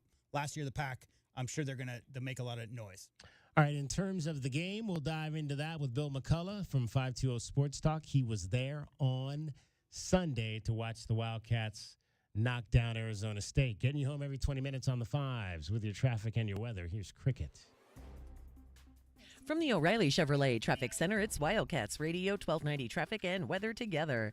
Reported collisions Ina near Old Father on Ina to the west of Old Father in Valencia and Midvale Park clearing. Some slowing for westbound Grant Road at I-10. Busy traffic for Ahaway and Mission, also the southbound I-19 Irvington off-ramp. And weather-wise, overnight tonight, cloudy, 53, the low, 75, partly cloudy. Tomorrow, rain coming in the forecast Friday and Saturday. 79 now. I'm Cricket with your Wildcats Radio 1290 traffic and weather together. This report is sponsored by Boost Infinite. Boost Infinite's new wireless technology gives you 3 networks for the price of 1 and better service at a lower price. Switch today. Visit boostinfinite.com. That's boostinfinite.com. DK on the Sports Tip, 3 to 6 weekdays. Now, is that league where they got the keg at second base and you got to chug a beer before you get to third? Is that how that works? J-Dub, that would have been a better league for me. Oh, okay. Don't miss out on all the fun. There are many signs that you may be in financial trouble. Late mortgage payments, paying bills from your retirement account, or paying one credit card with another. If you're experiencing financial hardship, bankruptcy may be right for you. The credit industry wants you to believe that bankruptcy is bad and will destroy your credit forever, but that's just not true. At Lerner Rowe Law Group, we'll take the time to carefully examine your situation and develop a plan that is right for you. Call Lerner Rowe Law Group today for a free consultation. Lerner & Rowe is the way to go. Call 977-1900. Sean Forster, managing attorney. We return now to the holiday shopping adventures of Eugene Snarkle and his best friend Doug. Eugene, it looks like we waited a bit too long to get our shopping done. These shelves are pretty empty. Yeah, Doug, looks like everything got sucked up into that great big cyber savings vortex. But I've got another great idea. We interrupt Eugene's great ideas for this commercial message. Trying to get on the road but need some maintenance or repairs to get your car, truck, SUV, or sleigh road trip ready? Jack Furrier Tire and Auto Care has some fantastic year-end savings, like $50 back on any $250 purchase. When you pay with your Jack Furrier card, you save big. Whether it's tires, maintenance, or auto repair, Jack Furrier Tire and Auto Care has you covered. We can get your vehicle road trip ready and save you some big bucks. So, Eugene, what was that great idea of yours anyway? I was thinking about getting everybody a giant-sized bag of Cheezos. Thanks, Eugene. And for everyone else, there's Jack Furrier Tire and Auto Care since 1960, here to get you there. They say time flies like a sparrow. And fruit flies like a banana. We're off to a great start. If you two don't mind, I'd like to tell our customers about something they won't do in 2024. I'm not doing a lot of things. Like changing your socks. Guys, I'm talking about no payments or interest for a full year on a new system. Oh, people are going to like that. You should tell them. As I was saying, Alaskan AC can install a brand new heating and air system and have no payments or interest for a year. 365 days. 12 months. You'll get all the comfort, and you won't write a check for a whole year. Ha! Ron still writes checks. He's so old, the first picture of him was an oil painting. You guys having fun? I never have fun. I'm having a little fun. This is big. With approved credit, get a spanking new furnace and AC system. No payments or interest for a year. Spanking new? Ron talks old-timey. Schedule your appointment today, whenever you want, online at alaskanac.com. When my daughter gets a cold, I have a secret weapon. Dayquil Kids Berry from Vicks. Dayquil Kids is specially formulated to treat kids' most bothersome cold and cough symptoms quickly. And the best part is that Dayquil Kids Berry tastes really great. Aren't you supposed to be resting? Maybe. Dayquil Kids Berry. The kids' berrylicious daytime congestion, coughing, stuffy head, stuffy nose, just for kids medicine. Safe for kids 6 years plus. Get ready for holiday feast season with Pepto-Bismol. Uncle Derek's here with his famous fried turkey. Hey, Aunt Mary brought the mac and cheese. Donna's here with the potato salad.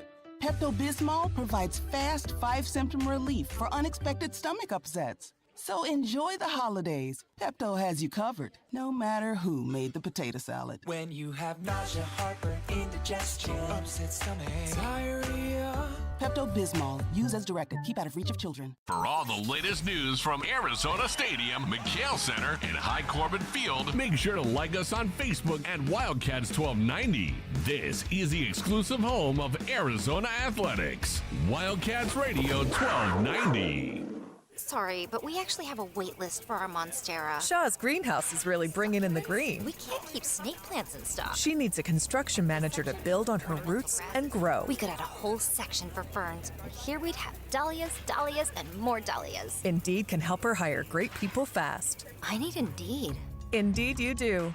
You can schedule and conduct virtual interviews all from your employer dashboard.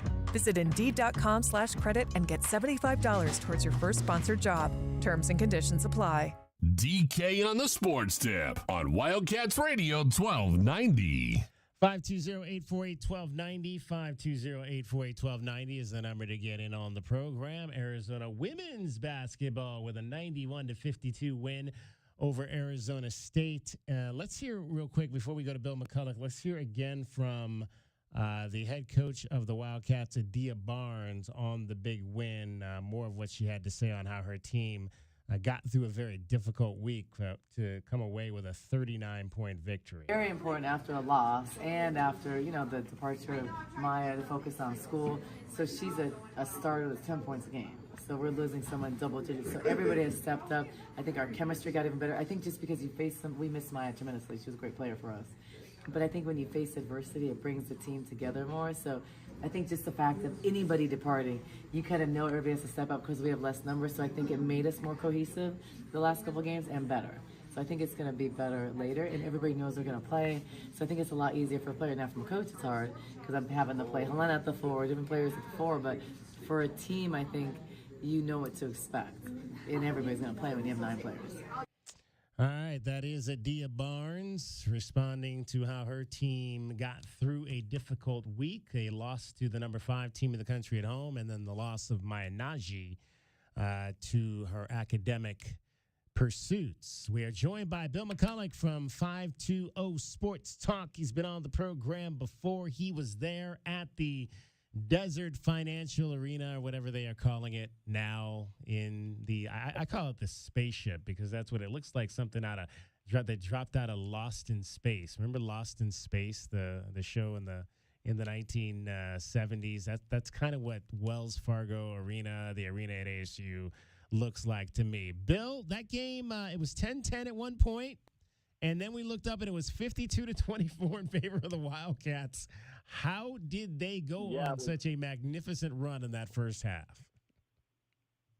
Well, I think, you know how it is. The first 10 minutes, both teams are kind of feeling each other out. Initially, before the game started, I thought that it was going to be fairly competitive. I haven't had a chance to see the Wildcat women's play a lot just because of our high school playoffs and then getting ready for the Arizona Bowl. But I'm just looking at like the strength of schedule, and ASU was ranked 22nd in the nation. Their opponents had a 61-point winning percentage. Arizona was 37th, so 15 points lower. I'm like, okay, so maybe it's going to be a competitive game. I know that Natasha Adair has never beaten Adia, but last year was her first year, and coming in and replacing a legend like Charlie Turner Thorne, I mean, that's a difficult task. So I didn't envy her position at all. But they played good the first couple minutes. I mean, they were actually up 10-8. But what I noticed was they didn't have any continuity on their offense. And if you followed any type of if you followed Adia Barnes since she's been there, she's very structured. They run their offense. They run when they can. They push the ball when it's available, but it's very structured. Where ASU kept losing ground. It was like take one step forward and 8 steps back because they would just go one-on-one with Arizona's defense. And you can't do that. You can't play 1-on-5 or 2-on-5. The biggest stat in the first half was ASU only had 1 assist as a team.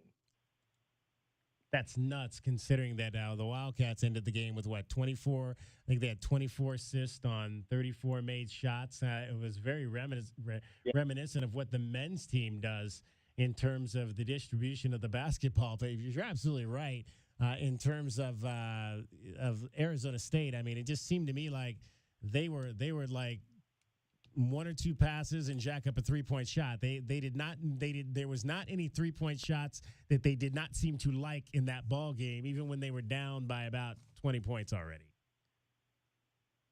Exactly. And their 3-point shooting was 3 for 14. Now, Arizona jacked up 20, but they made 13 of them for an incredible 59% as a team. That's awesome. And they've been shooting the ball 3-point shot pretty well the last couple of games. It seems to be that could be one of their strengths. Obviously, Helena Pueno was a large part of that. She made 5 of them, and we were just saying in the last segment, she took 8 shots, which is a lot of shots for Helena, who they've been trying to get to take more shots for this offense, but it just hasn't transpired. I would hope, just based off what we saw yesterday, that's going to be the modus moving forward, that you can get her. I think if you can get her, I mean, I know Adia had said in the beginning of the season she wanted her to take 15 shots. That's probably a little bit of a fantasy, but if you can get Elena to take 8 to 12 per ball game, that's what you need in this offense, regardless of if she has bad nights. I think Helena Puello shooting the ball is going to make things even better for the likes of Kaylin Gilbert and Jada Williams to be able to control the offense. No, I agree. And being a 5th-year senior, she's seen the bad and then coming to the good in the national championship run a couple years back. She's money. I mean, she never takes a bad shot. And I'm very, very impressed with her. I've been impressed with her since she came on campus. But she was the spear of the arrow that just punctured ASU, and they really didn't have a chance. We are joined by Bill McCullough from 520 Sports Talk. He is on Facebook. What are all the platforms you're on? You're on Facebook. Are you on YouTube as well, Bill? We are on YouTube. The YouTube channel is more of our older shows when we were a studio show with Andy Taylor from the FM side of the radio. Yeah, our old friend, Andy Taylor, yeah, exactly. We also have X or Twitter, and then Facebook, Instagram, and then our website, 520sportstalk.com. Outstanding.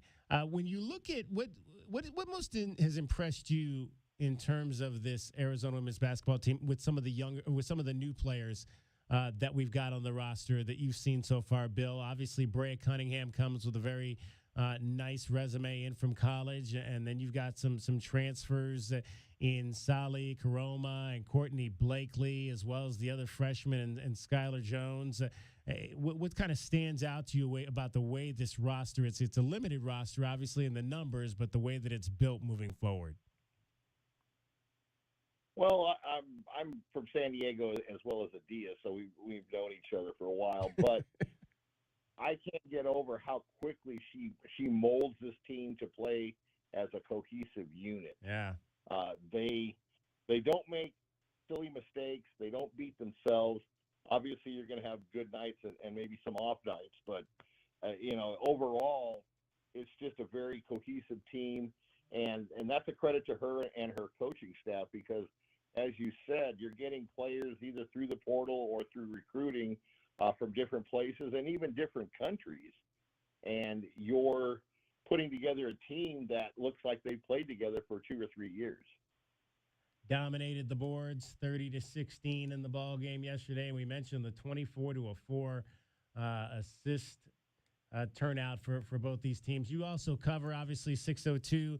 You cover the Sun Devils. What do they got there? Is this a team? I mean, they got off to a good start, obviously 7-3. So immense disappointment with their performance. But what are they looking like moving forward? I mean, Jada Simmons didn't have necessarily the greatest game, and she's their star. They were really able to control Jaden, holding her to 11 points in that game.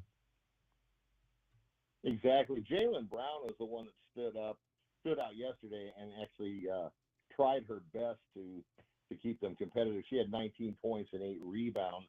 Now, watching the Sun Devils up to this point, I never have seen them play so much one-on-one or clear out, I'm going to take my player off the dribble type basketball. They've been very good at distributing the ball. They've been very good at looking for open shots. And then yesterday, it was just like I was watching a different team versus Arizona, but I'm sure a lot of that credit has to go to the Arizona Wildcats. Their defense really confused ASU, and like I said, after it was the 10-8 in favor of the Sun Devils, it was all downhill from there, and they got ugly real quick. Yeah, it did indeed. Bill McCullough, Sports Talk 520 Sports Talk is our guest. Bill, what do you got coming up this week on the youth sports scene? You are big on the youth sports here in town. Who are some of the kids that we can look forward to on your program? Well, tomorrow I've got a kind of a double header. We've got at 2 o'clock, and all the shows will be on the 520 Sports Talk Facebook page. We have our annual interview with Del Arvayo, Kym Adair, and Eric over at the Arizona Bowl. Yeah. And we're going to talk about the teams coming in. We're going to talk about why Tucsonans should go to this bowl and support it, and why the Southern Arizona community needs to get behind some of these other sports ventures that don't necessarily include the University of Arizona, but they're still very worthwhile. Yeah, we just had Kym Adair on our program today. Yeah. Oh yeah, she's terrific. She does a great job. And then at 7 o'clock, it's going to kind of be a unique show with a CDO flavor to it. We're going to talk to Kylie Woodard. We're going to talk to Caden Luke of the 4A champion CDO Dorados. But we're also going to have Stevie Rocker on the program, who was a graduate of CDO a few years back, and he had just entered the portal from the University of Arizona. So we're going to talk to Stevie about what he's done, what he's heard, and maybe what's going to go on moving forward, as well as Kylie and Caden, to see where they're at as far as recruiting. Or I know Kylie's, I believe, is going to sign his letter tomorrow at 8 a.m. So we'll know by airtime who he's going to play for. Oh, wow. Awesome. He's signing early, a day early. The signing day begins on Wednesday, but Kylie apparently already knows what he wants to do. That is awesome. You mentioned Stevie Rocker. I mean, when you look at Stevie, what do you think? Do you think he's the kind of kid that could end up, say, in a Big Sky situation, like, I don't know, for lack of a better school, NAU or one of those schools where he might be able to be, either, if not a starter, the number 2 back on a depth chart? Well, watching him in high school and the very limited time he was at the University of Arizona, he's got the tools. It's just a matter of let's get him on the field and get him some rhythm. I'm not a big proponent of running back by committee, and I know Arizona has done that, but so has Arizona State and some other schools across the country. But talking with my co-host David Adams, he says you need to be in there and get a rhythm and just get 3 or 4, 5, 6 carries, not just come out every 2 carries. And I have to agree with that. But I think he's got the tools where he can be effective at an NAU or even another school. I'm not sure. We're going to find out tomorrow where he's looking. The biggest thing that has bothered him in his career is the injury. So he can stay injury free. I think you've got a real winner with Stevie Rocker, because he's fast as the wind and he has good field vision. He can do a really good job for whatever team picks him up. Wait a minute. David Adams did not like a running back by committee. Shut your mouth. No, he did. But, when you're David Adams, who else do you need? He is Bill McCullough from 520 Sports Talk. Follow him on Facebook. Follow him on Twitter for your best coverage of youth and high school sports here in Southern Arizona. Bill, appreciate you as always. Yeah, thank you much for the opportunity. Bill McCullough is our guest. All right. We're going to talk. There was an event that took place over the weekend, and it's as soon as I saw this, I knew I had my question of the day for today. And we'll talk about that next. It's DK on the Sports Tip. J-Dub is here. Cricket is getting you home every 20 minutes on the fives with your traffic and your weather. Our Red Tax savings will continue. $500 Red Tax savings with an additional $1,000 O'Reilly cash on any new and used models. Hurry, the sale will be gone faster than Santa's sleigh off a rooftop. O'Reilly Chevrolet. From the O'Reilly Chevrolet Traffic Center, it's your Wildcats Radio 1290 traffic and weather together. Heads up for a collision that occurred pretty far south of Tucson, northbound side of I-19 at kilometer 40. It's a multi-vehicle collision. Northbound I-19, kilometer 40 is just south of the Border Patrol checkpoint. In town on our surface streets, reported wrecks that are clearing. Ina west of Old Father, and also flowing wells in Prince. 53, cloudy overnight tonight, 75, partly cloudy tomorrow, and 79 now. I'm Cricket with your Wildcats Radio 1290 traffic and weather together. This report is sponsored by Discover. Did you know Discover wants everyone to feel special? That's why with your Discover card, you have access to 24/7 customer service, as well as $0 fraud liability, which means you're never held responsible for unauthorized purchases. Learn more at discover.com/credit card. Limitations apply. We return now to the holiday shopping adventures of Eugene Snarkle and his best friend Doug. Eugene, it looks like we waited a bit too long to get our shopping done. These shelves are pretty empty. Yeah, Doug, looks like everything got sucked up into that great big cyber savings vortex. But I've got another great idea. We interrupt Eugene's great ideas for this commercial message. Trying to get on the road but need some maintenance or repairs to get your car, truck, SUV, or sleigh road trip ready? Jack Furrier Tire and Auto Care has some fantastic year-end savings, like $50 back on any $250 purchase. When you pay with your Jack Furrier card, you save big. Whether it's tires, maintenance, or auto repair, Jack Furrier Tire and Auto Care has you covered. We can get your vehicle road trip ready and save you some big bucks. So, Eugene, what was that great idea of yours anyway? I was thinking about getting everybody a giant-sized bag of Cheezos. Thanks, Eugene. And for everyone else, there's Jack Furrier Tire and Auto Care since 1960, here to get you there. 1290 brings you the passion of football like no one else. 11 minutes to play in the quarter. First and goal. Pitch to Mitchell to the right. He's running around and he's going to stroll in for the San Francisco touchdown. The 49ers dropping the gauntlet. They march This right season, down 1290 will bring you almost 100 NFL and college football games. It's not flexing, it's just the truth. Scoreboard 1290. Wildcats Radio 1290. And Doug. With Liberty Mutual, you can customize and save hundreds on your car insurance. But what to buy with those savings?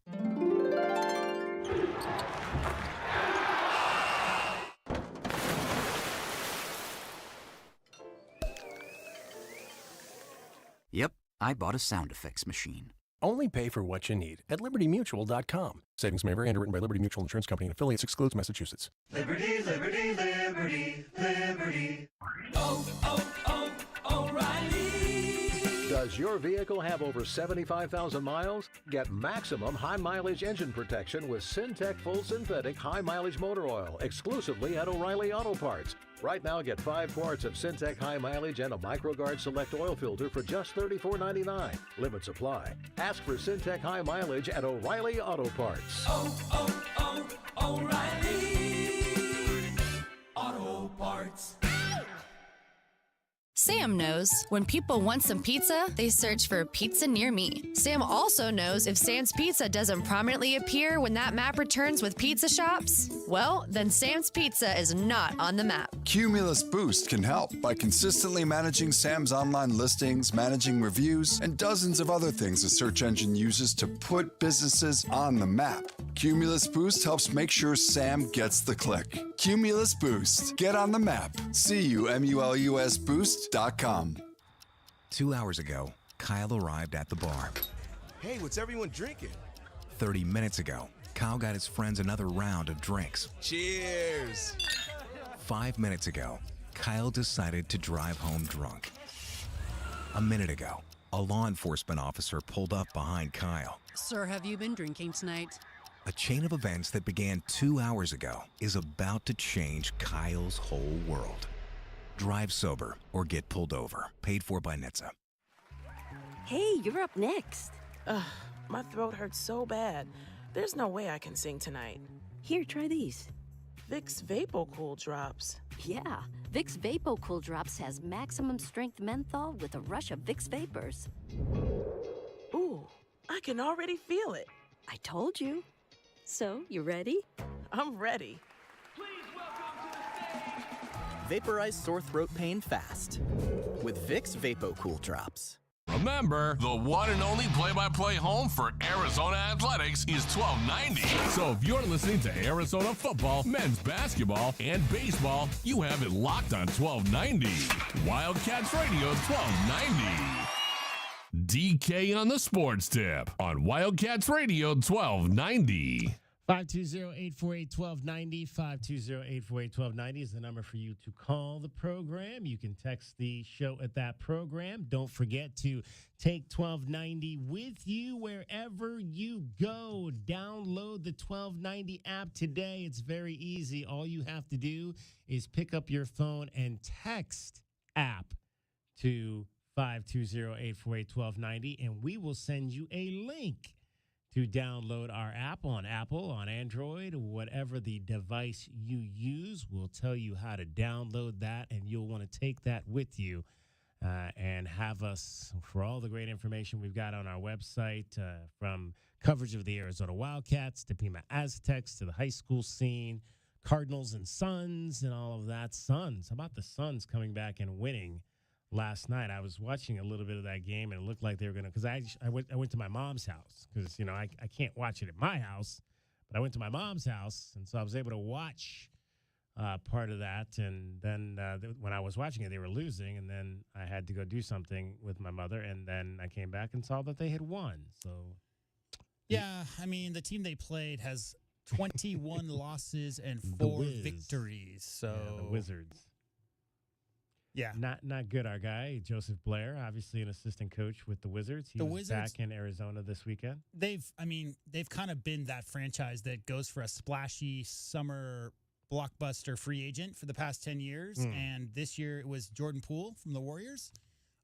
They just don't have a lot of pieces right now. That's not a very good basketball team. But, of course, you know, Bradley Beal's out. News came out today that he's going to be reevaluated in 2 weeks. So he obviously didn't play last night. Did you hear the other news that came out over the weekend in the NBA? In the NBA, well, I heard the unfortunate news that came out of the G League. Oh, with, yeah, that too. Chance Comanche. Mr. Comanche got arrested for that's being not naughty. good. That's not good at all. But no, what was the other news? Well, number one, Steph Curry's three-point streak came to an end yesterday. So he had made a three-pointer in 200 and I can't remember the exact number, but I did the math. It was 3 and 1/4 years worth of games. Wow. So it had been that long since Steph Curry had gone a game without a made three-pointer.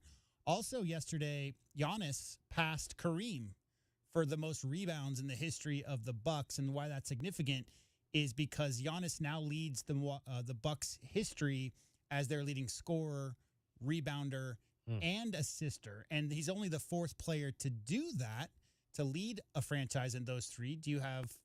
I mean, one of them's pretty obvious. Several of them actually are pretty obvious. But do you have any idea who those other three players might be? Leads their franchise in career points, rebounds, and assists with that uniform on. So not the length of a contract or the length of their career. If they play with 10 different teams, that doesn't count. It has to be. I'm going to say Magic is one of them. Magic, no. Your guy, LeBron, has he actually leads in 4 categories: points, assists, steals, and rebounds for the Cavaliers in Cavs history. So he's the all-time leader in rebounds. He passed Ilgauskas. As Big Z. Big Z leads in blocks, is the only one that LeBron didn't get with the Cavs. The other one, obviously, is MJ, most points, rebounds, and assists in Bulls history. But the big one is Kevin Garnett, who leads the Minnesota Timberwolves in points, rebounds, assists, blocks, and steals. So Kevin Garnett leads in all 5 of the categories for the history of the T-Wolves. That may not last with the volume of shooting. They've got Ant is up there putting up big points, obviously Cat and those guys, but they haven't been there for more than 2-3 years. Cat's been there a little bit, but I would assume maybe he won't be the all-time leader for the T-Wolves forever. But yeah, Giannis passes Kareem in rebounds, and then, of course, Kareem broke his hip this weekend at a concert, so that kind of ties in as well. Yeah. Don't try to dance if you're over a certain age, right? Well, it's funny because he was shout out to Kareem, though. Celebrating a band that's been around since the year he was drafted. He wrote a long, really nice story. We don't have time to talk about it all here, but he wrote a long piece today about how he was there to celebrate that band, which came into existence in 1969, which was the first year that he was drafted in the NBA. So, what was the band? Did you remember? Manhattan's. I'd have to look it up. Manhattan Transfer? Yeah. Manhattan Transfer. Yeah, I've heard of them. Definitely. Okay, in the next hour, we're going to talk to the state champions from Sabino High School, the boys football. Well, of course, boys football. We do have girls football now. But boys football state champions will join us in the 5 o'clock hour. We talked to Canyon Del Oro last week. We'll talk to CDO, or 2 weeks ago, I think. We'll talk to Sabino today and get their thoughts on winning. So if you want to get in on the program, get in now at 520-848-1290, 520-848-1290. So did you watch the PNC Championship over the weekend at all? I did not. Okay, but you know what this is. The PNC Championship is an annual golf event that features a former major champion. So it can be somebody that won, the Masters, the British Open, any of the major champions, and a relative. So you can play. So a lot of the guys play with their sons. Sure. This has become huge the last few years because Tiger Woods has begun playing with his son, Charlie. So a lot of the coverage around this event the last few years has centered around Tiger and Charlie. No pressure, Charlie. No, none at all. And so it got me to thinking, just watching some of the stuff, there was so apparently, and I don't know how true this is, but apparently there was a shot on Friday. Charlie hit a shot. It was a drive. Hit a drive and basically just like waved at the ball as it was leaving. Kind of shot it, swung, waved, and walked away. And whoever was tweeting, an intern was tweeting for the PGA Tour's Twitter page, asked the question, is Charlie Woods a douchebag? For the official PGA. Right. Exactly. Interesting. So the PGA Tour, not too long after that, put out another tweet saying, we just fired the intern that sent this tweet. Yeah. Well, I mean, that's the world of social media, especially in the last 5 years. You have to be as polarizing as possible. That's the job. However, there's a line of disrespect that's unnecessary to cross. And so it got me thinking, because of the world that we're in right now, is Charlie, and this is our question of the day, go on over right now to our Twitter page, at Wildcats1290, and vote on this. Is Charlie Woods the most anticipated follow in the footsteps child of an athletic Hall of Famer that we have ever had? And I start thinking about it. And again, I think it's different now because of social media, because of what I just said, because you can put something up on Twitter or Facebook and millions of people can comment on it, and you can lose your job for doing something like that. But I can't imagine that there has ever been, and we'll take your calls on this too, 520-848-1290. 520, get in quick, though, because we got a lot of stuff going on in the 5 o'clock hour. And we'll revisit this tomorrow as well when we have more time. 520-848-1290. But is Charlie Woods the most anticipated, following the footsteps child of an athletic Hall of Famer we've ever had?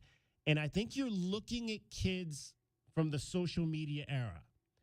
And I think of Bronny James. Right. Who is right now going into college, beginning his college basketball career.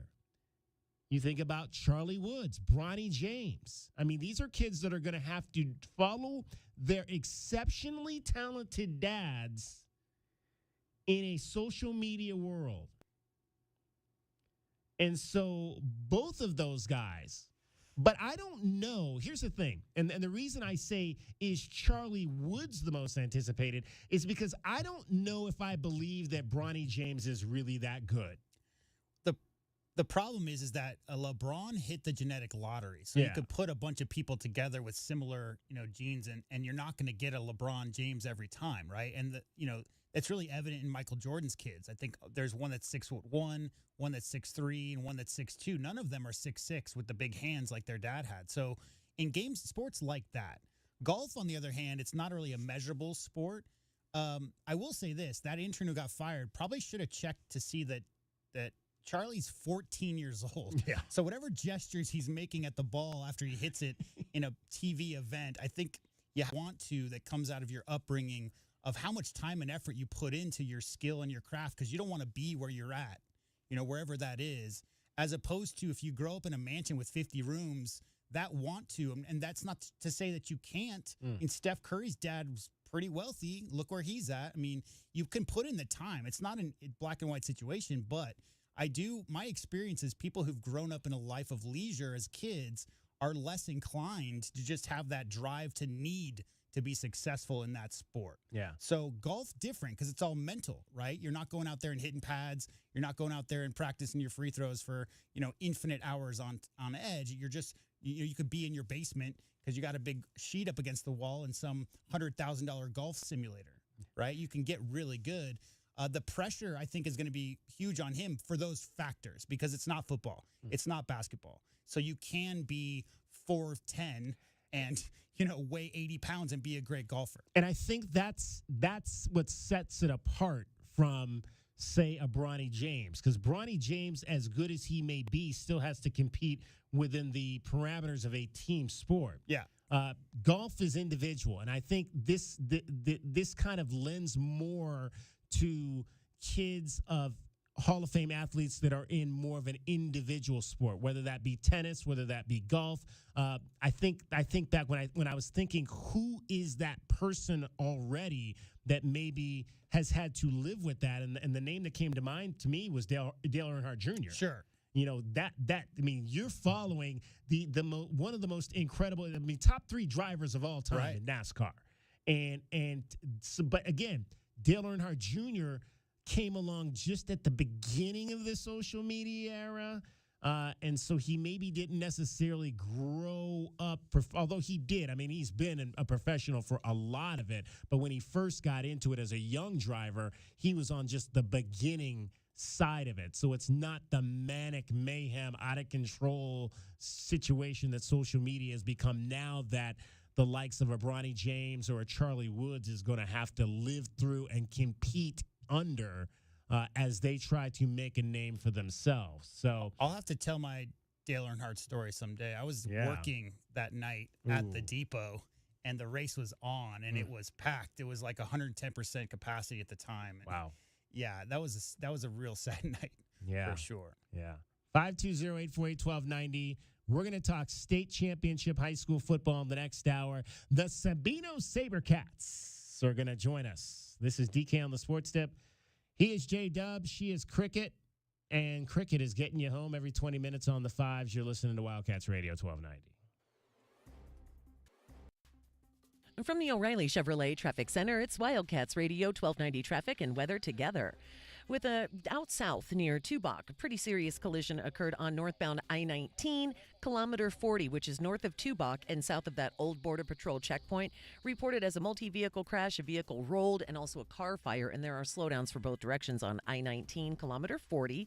In town on our surface streets, wrecks reported at Flowing Wells in Prince and also Mary Ann Cleveland Way near Colossal Cave Road. Weather-wise, 53 and cloudy tonight, 75, partly cloudy tomorrow, and 79 now. I'm Cricket with your Wildcats Radio 1290 traffic and weather together. This report is sponsored by Big O Tires. 'Tis the season of savings from Big O Tires. Get up to $140 in rebate savings on select sets of 4 Michelin tires with paid installation. Hurry, offer ends January 7th. Details at BigOTires.com. Big O Tires, the team you trust. This is Jim Ohm with your Rome Report. So if there's one question that has hung over the entire NFL since week 1, it's this. Who and what are the Buffalo Bills? I mean, seriously, I don't even know. It feels like 5 minutes ago, Bills fan was charging up the hill looking for Sean McDermott's head on a stick. Funny how a couple of wins over the Chiefs and Cowboys can change the entire vibe. So once again, who and what is this team? Are they a legitimate Super Bowl contender, or are they still going to miss the playoffs altogether? After seeing them put that beating on the Cowboys, it seems much more like the former than the latter. Speaking of the Cowboys, fraudulent as they ever were, they get absolutely wrecked on a day where Josh Allen completed only 7 passes for the Bills. Same as they ever were. Big game, on the road, and they were never even in it. The more things change, the more they stay exactly the same, and I have seen this movie 1,000 times before.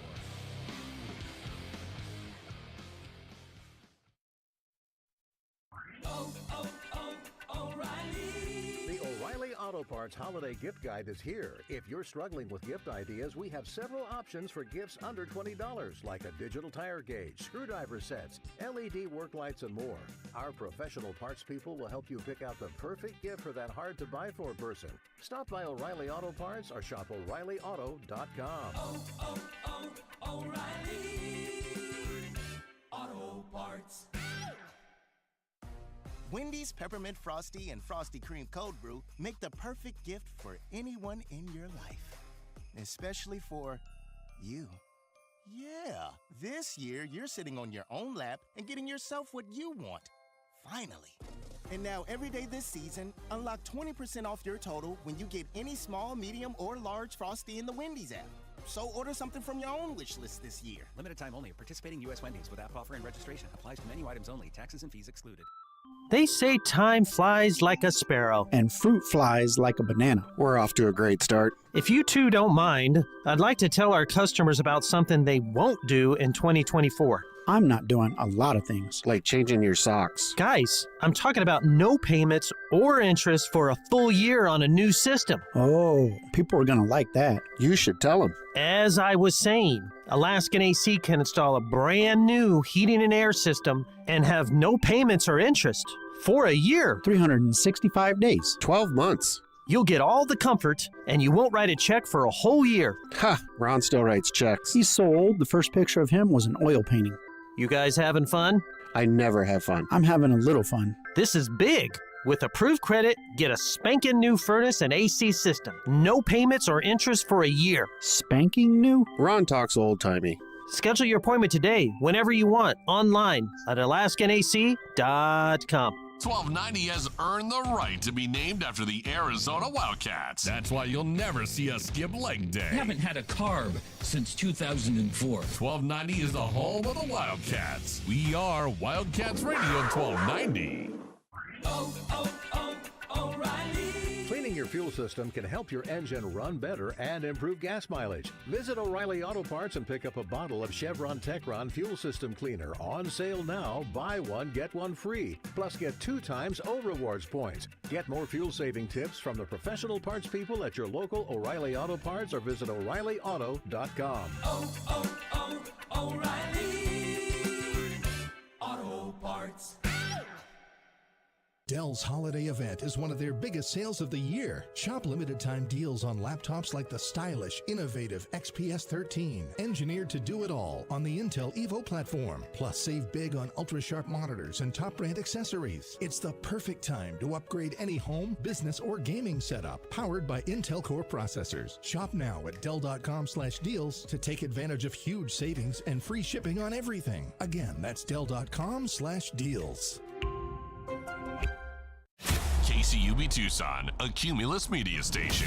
We have the Arizona Wildcats covered on game day like no one else. With the biggest pre- and post-game coverage in the Pac-12. We are Wildcats Radio 1290. Live from the CNWT.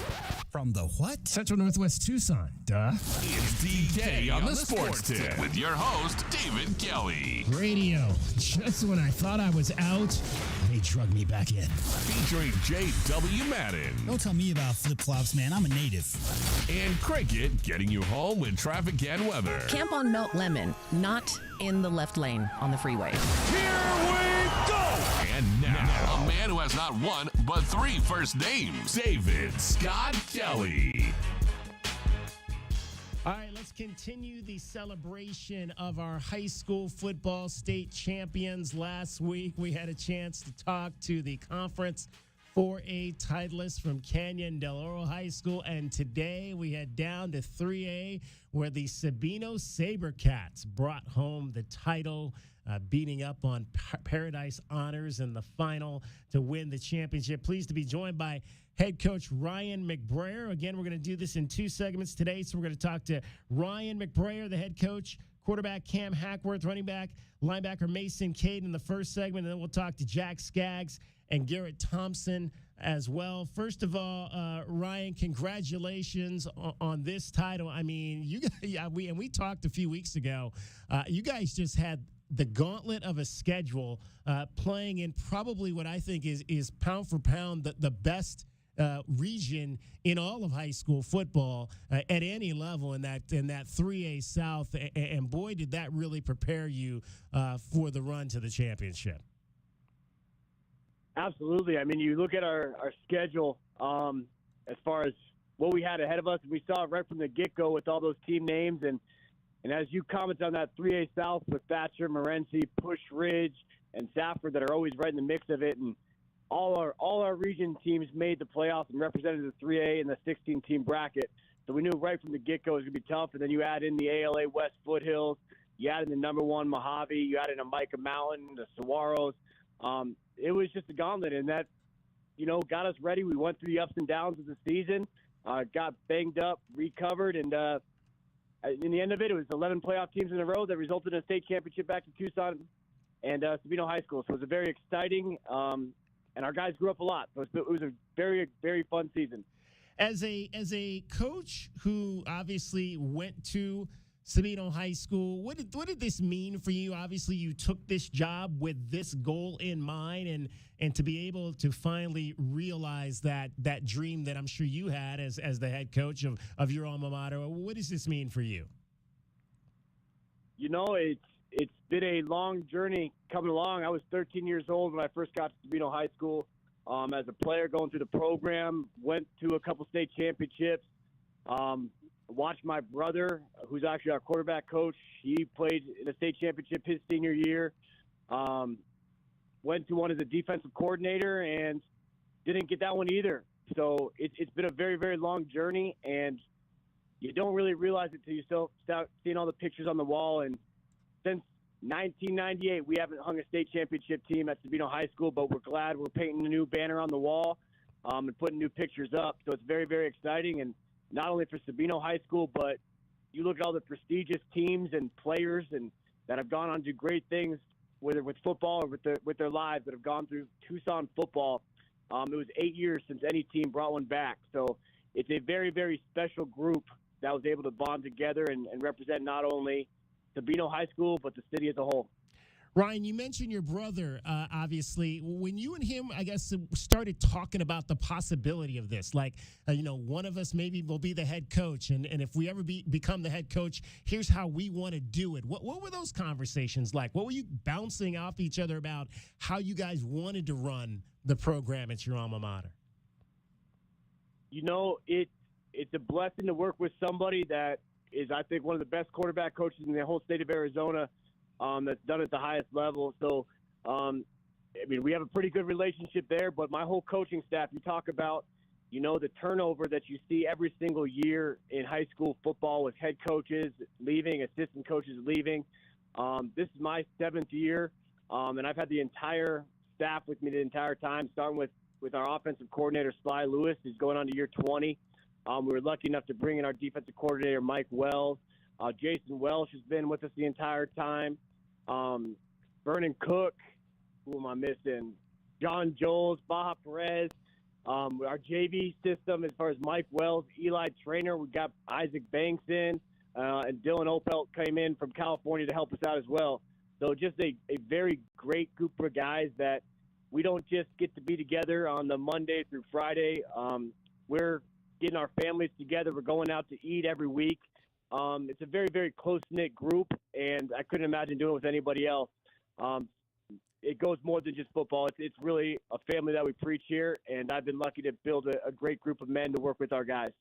We're talking to the Sabino Sabercats. That's head coach Ryan McBrayer, state champions in Conference 3A, and with the player of the year by far, the all-time leading passer here in Southern Arizona, Cameron Hackworth. And Cam, this was a long journey for you, starting from when you stepped on that campus as a freshman and kind of began working your way to being the face of the program. Tell me what this means for you to have a chance to realize the dream of winning a state football title. It means a lot to me to be able to come in as a freshman and go through the process of being behind the senior quarterback, and then just stepping in as my sophomore year, and just been working ever since then to be able to get an opportunity to go to state championship, and then we finally ended up getting it done my senior year. So it just feels like all the hard work paid off. And Coach McBrayer was telling us, obviously, about his brother, Colin, who tutors you. What are some of the things that you took away from Coach Colin McBrayer's teachings that helped you grow over the course of the last 4 years? Just mainly my feet work, and just being really accurate with every pass that I make, making smart decisions on the field, and just learning the game even more. That's what I pretty much took up after him, and just learning from him, learning from his smarts and what he's been through with the game, and just carrying that onto the field every day, just knowing that I have someone to go in and talk to if I do need to fix up some things. Sabino State Championship quarterback Cameron Hackworth is joining us here. And Cam, I was at that last game against Mojave, the regular season, and you just absolutely took over in that second half of that game, scoring on offense, the big interception on defense. What's it like for you when you know you can go in and affect the game on both sides of the ball? It just feels good to be able to have the ability to be able to go in and just change the game and affect the game in so many different ways. I like when Coach McBrayer calls my number to go in, and I know that he has the faith, and that all the coaches and all my teammates believe in me to go make the play. So that's what I just go do, and I go get the job done by making that play. But obviously it's all 11 on the field that made that one play happen. And we're also joined by running back and linebacker Mason Cade. And Mason, I remember going back, first time I really saw you was 2 seasons ago in that playoff game where you just kind of, just dominated on the ground. How did you take that experience last year as a junior to formulate your plan for how you wanted to affect and be a major impact on this team for your senior year? That game was kind of my awakening. I realized that I could really be a game changer for this team, and I can take this team and elevate it with my running ability and my wow factor. I'm just glad that I have the people that help me elevate and help me get the job done the way that I know I can.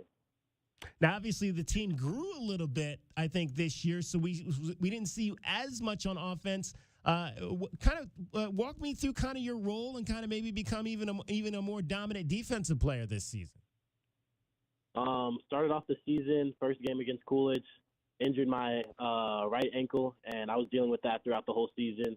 I was battling on and off the field, trying to recover it, trying to play with it, trying to help out my team any way I could. But eventually I just knew that I had to take that time off and take that role off of offense and go play defense so I can rest my ankle a little bit and get it healthy for what we knew that we were going to be dealing with later in the season. Yeah. And those playoff runs, those hard teams. Yeah, it's interesting. A lot of guys, those are the things I think that with a lot of teams get missed is the guys that maybe aren't at full strength but are still going out there every Friday night to try to contribute in some fashion for the team. Tell folks what that is like to know that I'm not 100%, but I'm going to do what I can to at least be able to contribute in some fashion for my guys on Friday night. It's my senior year. I was doing it for them, and I was doing it for me. I really wanted to go out there and make an impact, help my team win, help them in any way that I could, even if that's not running the ball, which is what I love to do. I knew that I could go out there and make some plays on defense and go dominate and affect the game that way. Scoring points wins games, but if they can't score, they can't win. And that was my mentality going in on defense and helping my team go out there and get to where we got to. We're talking to the state champions from Conference 3A, the Sabino Sabercats, head coach Ryan McBrayer, and Cameron Hackworth, outstanding quarterback, Mason Cade, running back and linebacker. We'll also chat with Jack Skads and Garrett Thompson coming up straight ahead. Ryan, tell me a little bit about your thoughts on these two young men we're chatting with right now, in Cameron and Mason, and what they mean to you and what they've done for your program. We're very blessed to not only have a lot of great football players here at Sabino High School, but a lot of really great young men. And, Mason and Cam, when they came in as freshmen, they were just elevated above most guys coming in as ninth graders as far as their physicality and football IQ. And, we had some very special athletes in this 2024 class. And all they've done since getting on to Fridays as sophomores is make plays. Talked about Mason and his defense. He switched positions when we need him as a sophomore, and all he did was come in and set our school record for sacks when he was just even learning the position. He had 11 and a half sacks as a sophomore. And then junior, senior year, averaging over 11 yards a carry. The kid is just an amazing athlete, but then he backs it up with the 3.9 GPA. So it's just, you win championships by having a lot of great football players, but guys that build off each other and guys that hold themselves accountable in all aspects we got a football state championship, but they become champions in every aspect of that. And then Cam's numbers speak for himself. He's going to go down as the best passer in Southern Arizona history right now. And one of those guys that doesn't take anything for granted. He's the first one that is asking questions, studying the playbook, talking about film, talking about what he sees. And then going into senior year, when he came off the field and we could have a conversation and talk about what he's seeing, there was no second guess, and I knew what he was going to see was going to be right. And we could put the ball in his hands, and he was going to give it to the right spot. So, some very, very special young men, special athletes. And they left their legacy here at Sabino High School, and their picture's going to be hanging out for the rest of the time for the next generation of Sabino Sabercats to come in and check them out and ask who number 8 and number 1 were. Cam, 8,800 yards passing and 97 passing touchdowns. When you hear those numbers, what goes through your mind?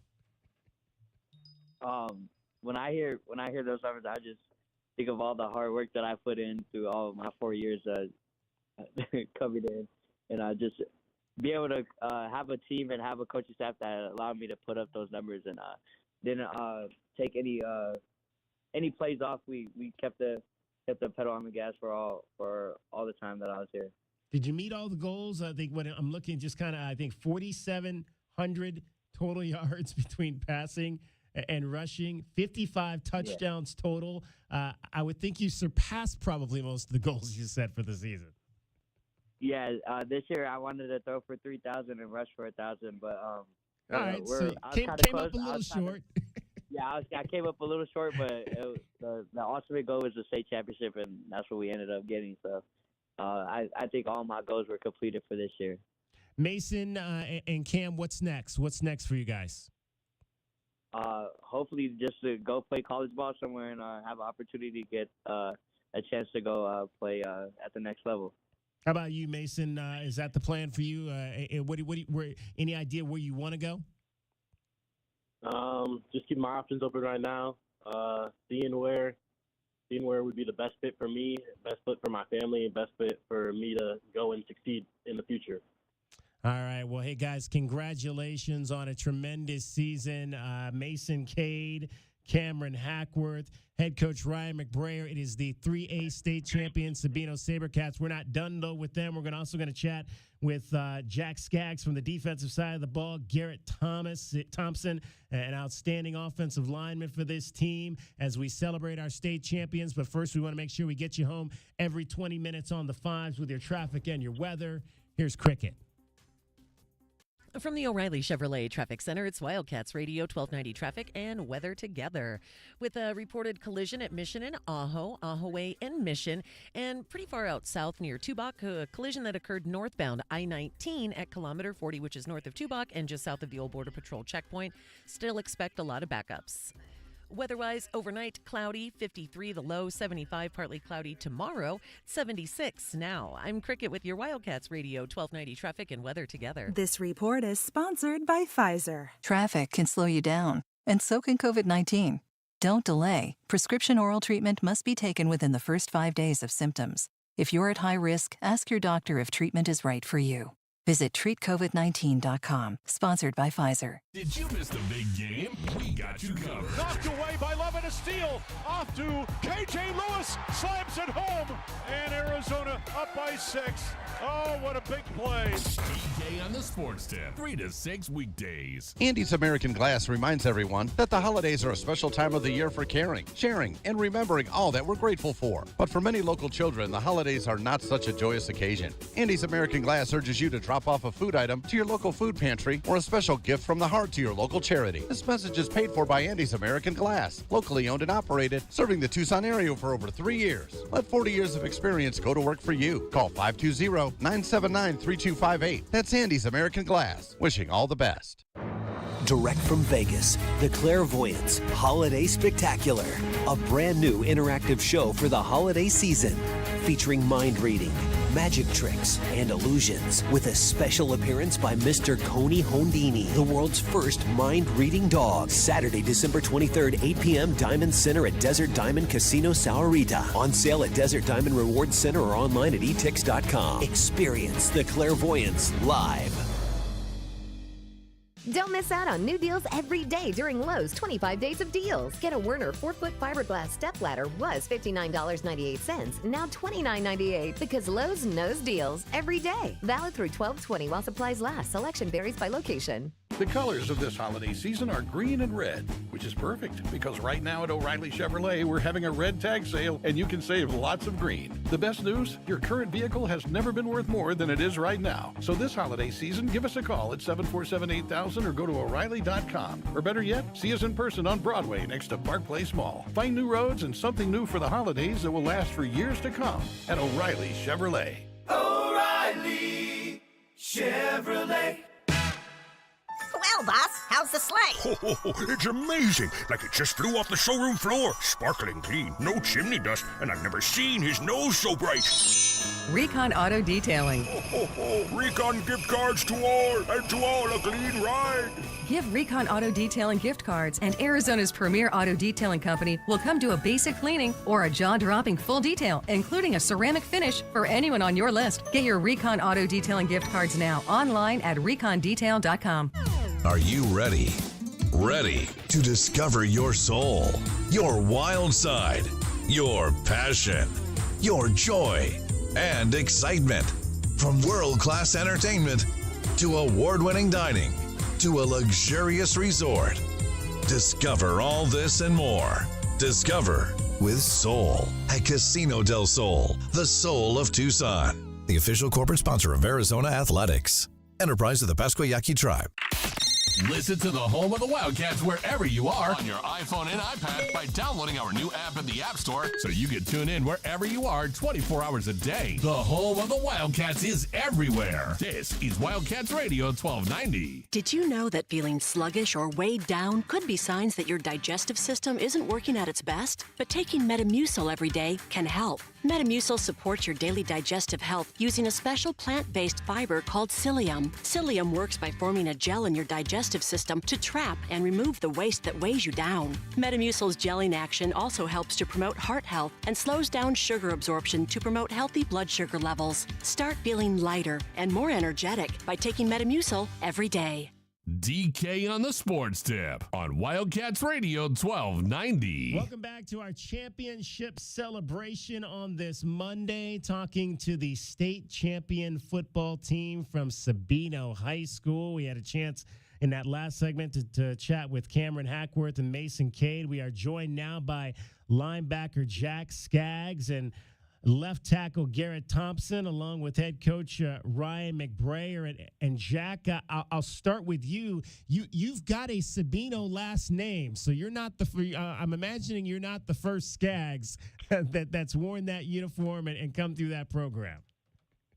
No, sir. My older brother came in, and he was actually the senior quarterback for Cam when Cam was just a freshman. Yeah.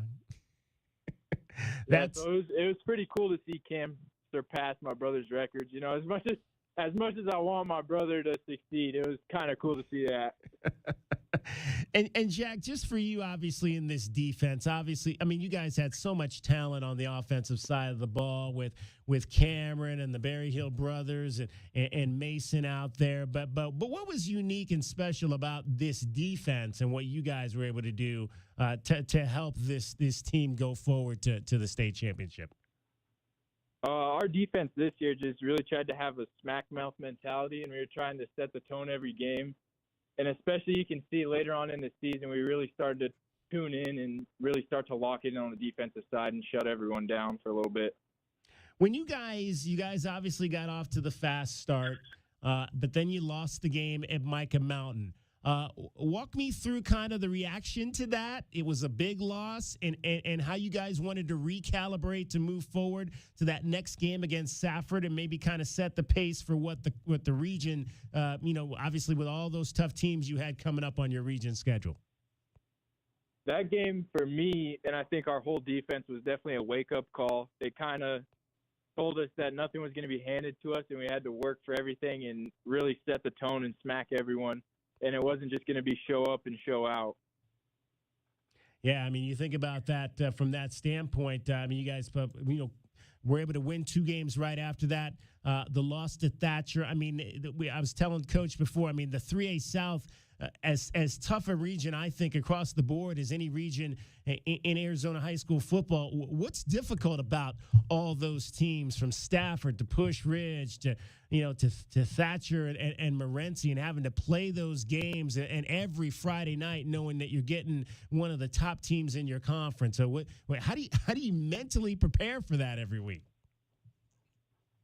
I try to see it as not an obstacle, just something to kind of help me be better for the future games. And as you can see, that really relied through our team, or not relied, replayed through our team. I think everyone had that mentality, and we were just viewing them as ways to get better, and it truly set us up for state run in the finals. Garrett Thompson also joining us from the Sabino offensive line. Garrett, for you, obviously you've got some stars behind you. We just talked to 2 of them, in Cameron Hackworth and Mason Cade. What's it like kind of being a guy up front that's plowing those holes for some of the best skill players in the city? Yes, sir. We knew it was going to kind of start up front this year. We knew we had to trust in our athletes, the Berry Hill brothers, the receivers, the running backs. We had good trust that they could get it done if we, went out there and had a good foundation for our team to rely off of. Garrett, what's your background in this game? What brought you to it? What made you fall in love with wanting to go out there every Friday night at Sabino? It really started when I was a little kid, growing up playing football. But what made me really want to come to Sabino was my brother. He was a senior again with AJ Skaggs, and I saw their senior year, get kind of short because of a crappy COVID year, and I think they had a talent to go do it too. And I just really wanted to come out and show out for that year and just, play for the people that were before us. Yeah, so for both of you guys, I mean, obviously you just mentioned that you guys had brothers that were playing at Sabino. What were those? What were Friday nights like for you guys when you were in 6th and 7th grade, going out there to watch your brothers play? We'd come out here, we would go behind the bleachers, we'd play our own little football game of our own, and then we would head over and, finish up watching the game, and usually they were ahead by a lot of points. and I want to ask each of you, and Garrett, I'll start with you. What's the best advice your brother ever gave you about not only the game of football, but just how to handle yourself as a leader in a program? The thing I'd probably take from my brother the most that he's taught me is just to always stay focused on the game. When you're in game, just, always stay focused on that play, that rep. If it's a bad play, the last play, forget about it. You got a new rep in front of you and, just go out and do better. And Jack, did you ever play any quarterback at all, or have you always primarily been a defensive guy? I've been a defensive guy for the majority. I tried quarterback, but the quarterback genes went to him for sure. and what's the best advice he ever gave you about the game and about how to handle yourself around school? I think some of the best advice he gave me was just to stay calm, especially when you're on the field, and not get overexcited. And that happens a couple times, and you just have to kind of take a step back and take a deep breath. And you can kind of relay that throughout the school as well. What did it mean for you guys? Obviously, that last playoff game at home against Round Valley, you got Brooks Reed, the legend, standing on the sideline there. What did that mean for you to have a guy like that? I'm sure whose picture is up on the wall there, who played 10 years in the National Football League, to be down there supporting you guys like that. It was pretty special, especially since that was kind of the playoff game to set us up to head in to get a state championship run. It was pretty special for him to be there and witness it. Hey, Ryan, for you, I mean, to have a guy like Brooks around the program, I mean, that's got to be, something to hang your hat on. This for an example, not only of your kids, for what you can do out of Sabino, but to get to the next level in college in your hometown, and then potentially be able to play at the level that we all wanted to aspire to, and that's the National Football League. Yeah, I mean, this is a special place. With a lot of history, a lot of great players, a lot of great coaches, a lot of great teams. And what makes it special is just the group of guys that have put on that purple and gold. Brooks is the big one, being an NFL star and playing it for his hometown Wildcats. But as we went through this playoff run, our guys got introduced, and I was able to say hello to guys from 7, 8 different classes that were all coming back to watch these guys play.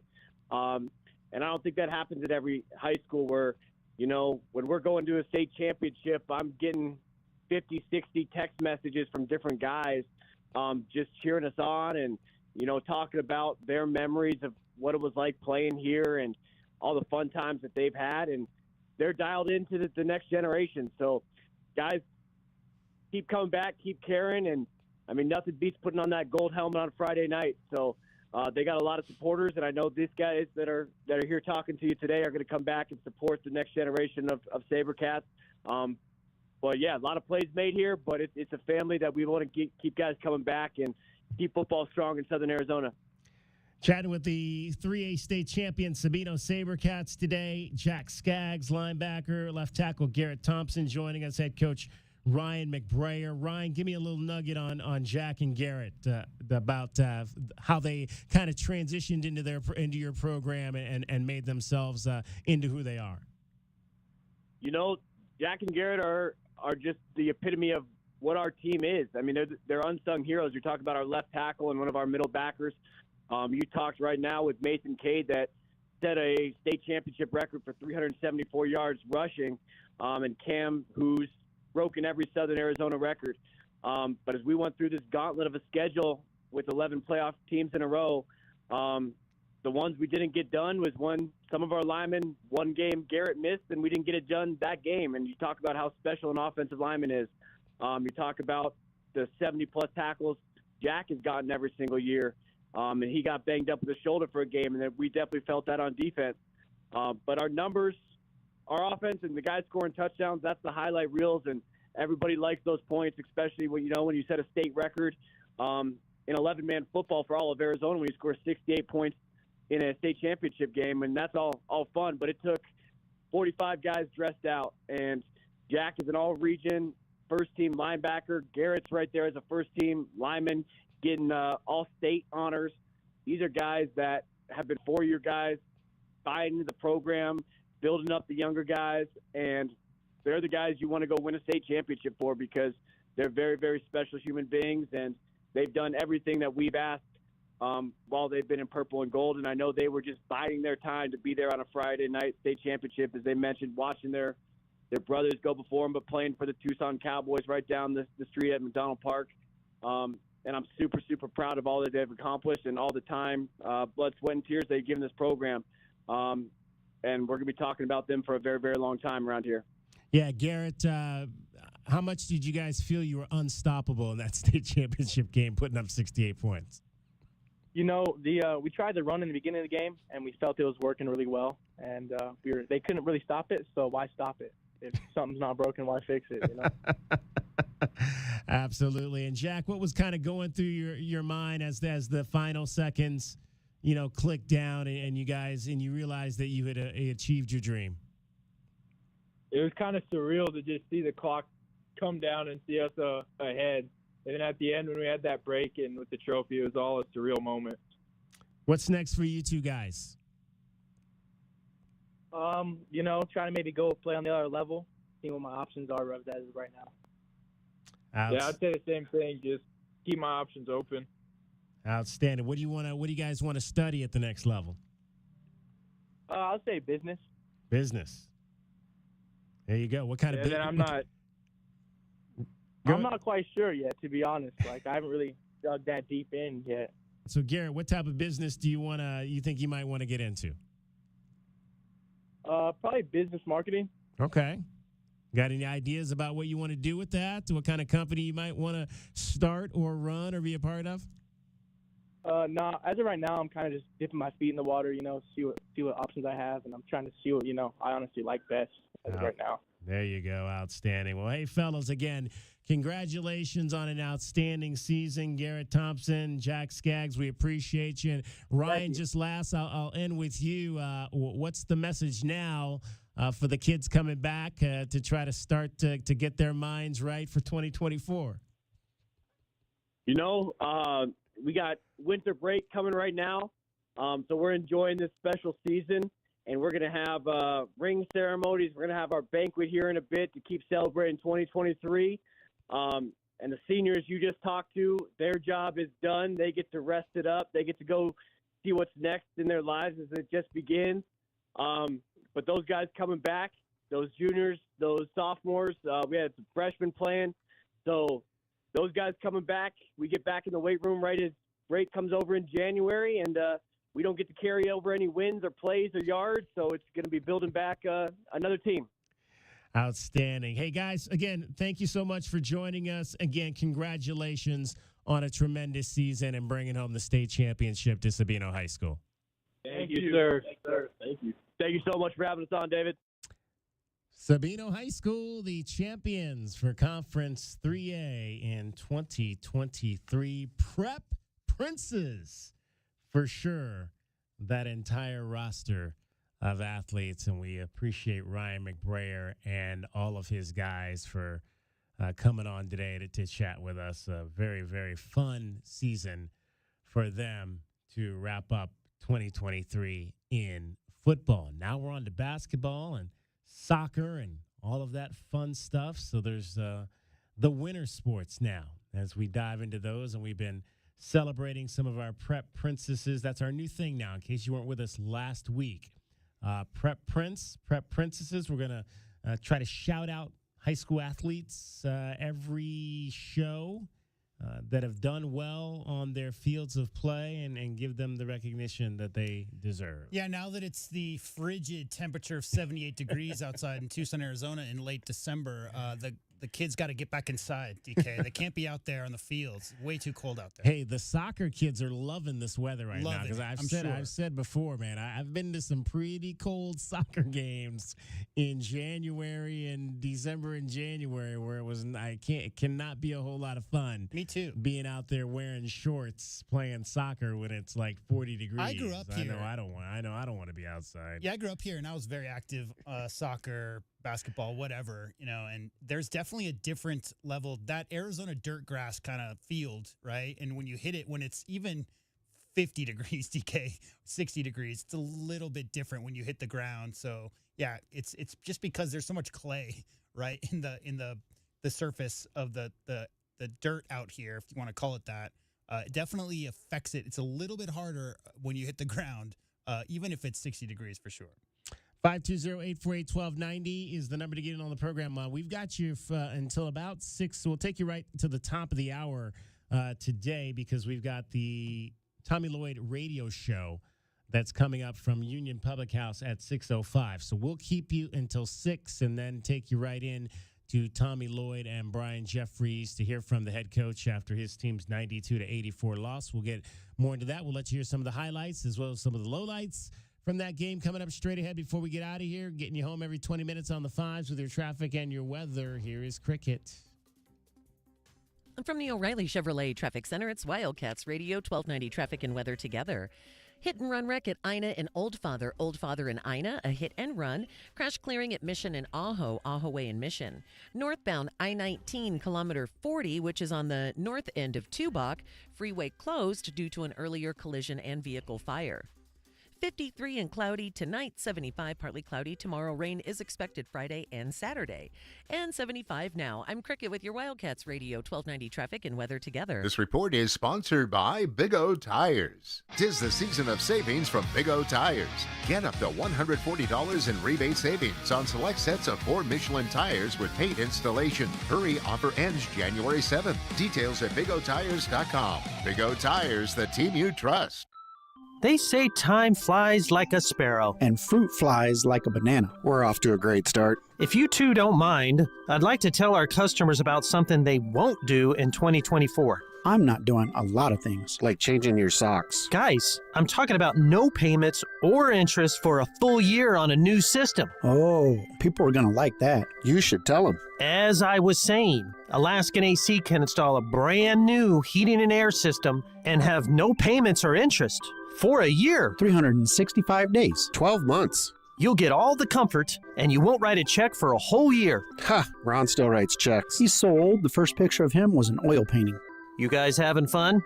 I never have fun. I'm having a little fun. This is big. With approved credit, get a spanking new furnace and AC system. No payments or interest for a year. Spanking new? Ron talks old-timey.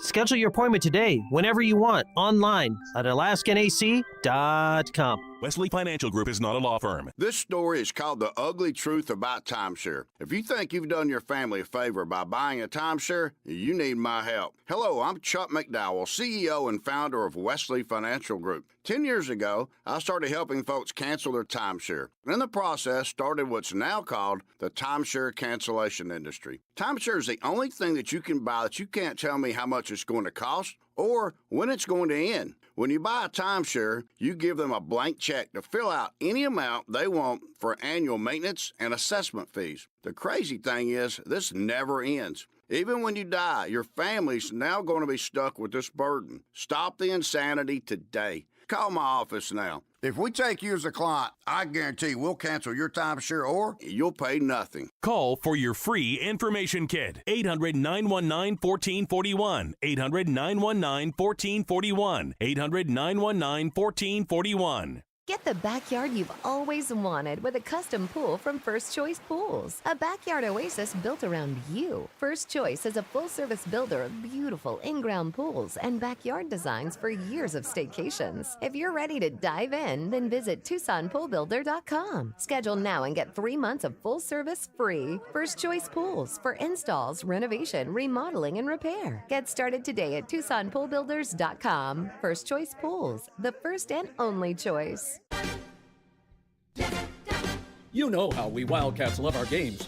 And there's no place better, closer, or safer to game than Desert Diamond Casinos. Filled with hundreds of the newest, loosest slots, dozens of your favorite table games, and superior food and beverage options. Desert Diamond is the #1 destination for your free time fun festivities. Bear down for the best time in Tucson. Go to Desert Diamond Casinos.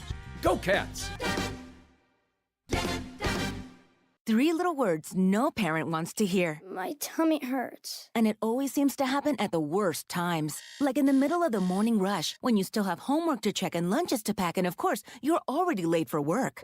Luckily, there's Pepto Kids. Pepto Kids chewables provide fast relief for common stomach issues, turning those 3 words into these 3 words. I feel better. Bad time for stomach upsets? Good time for Pepto Kids chewables. Fast relief for little tummies. Use as directed. Keep out of reach of children. DK on the Sports Tip on Wildcats Radio 1290. It's the 5 o'clock hour, and it's time for your Arizona Insiders. Oh, sweet! Each weekday, Wildcats Radio 1290 brings you all the latest news and opinions of U of A basketball.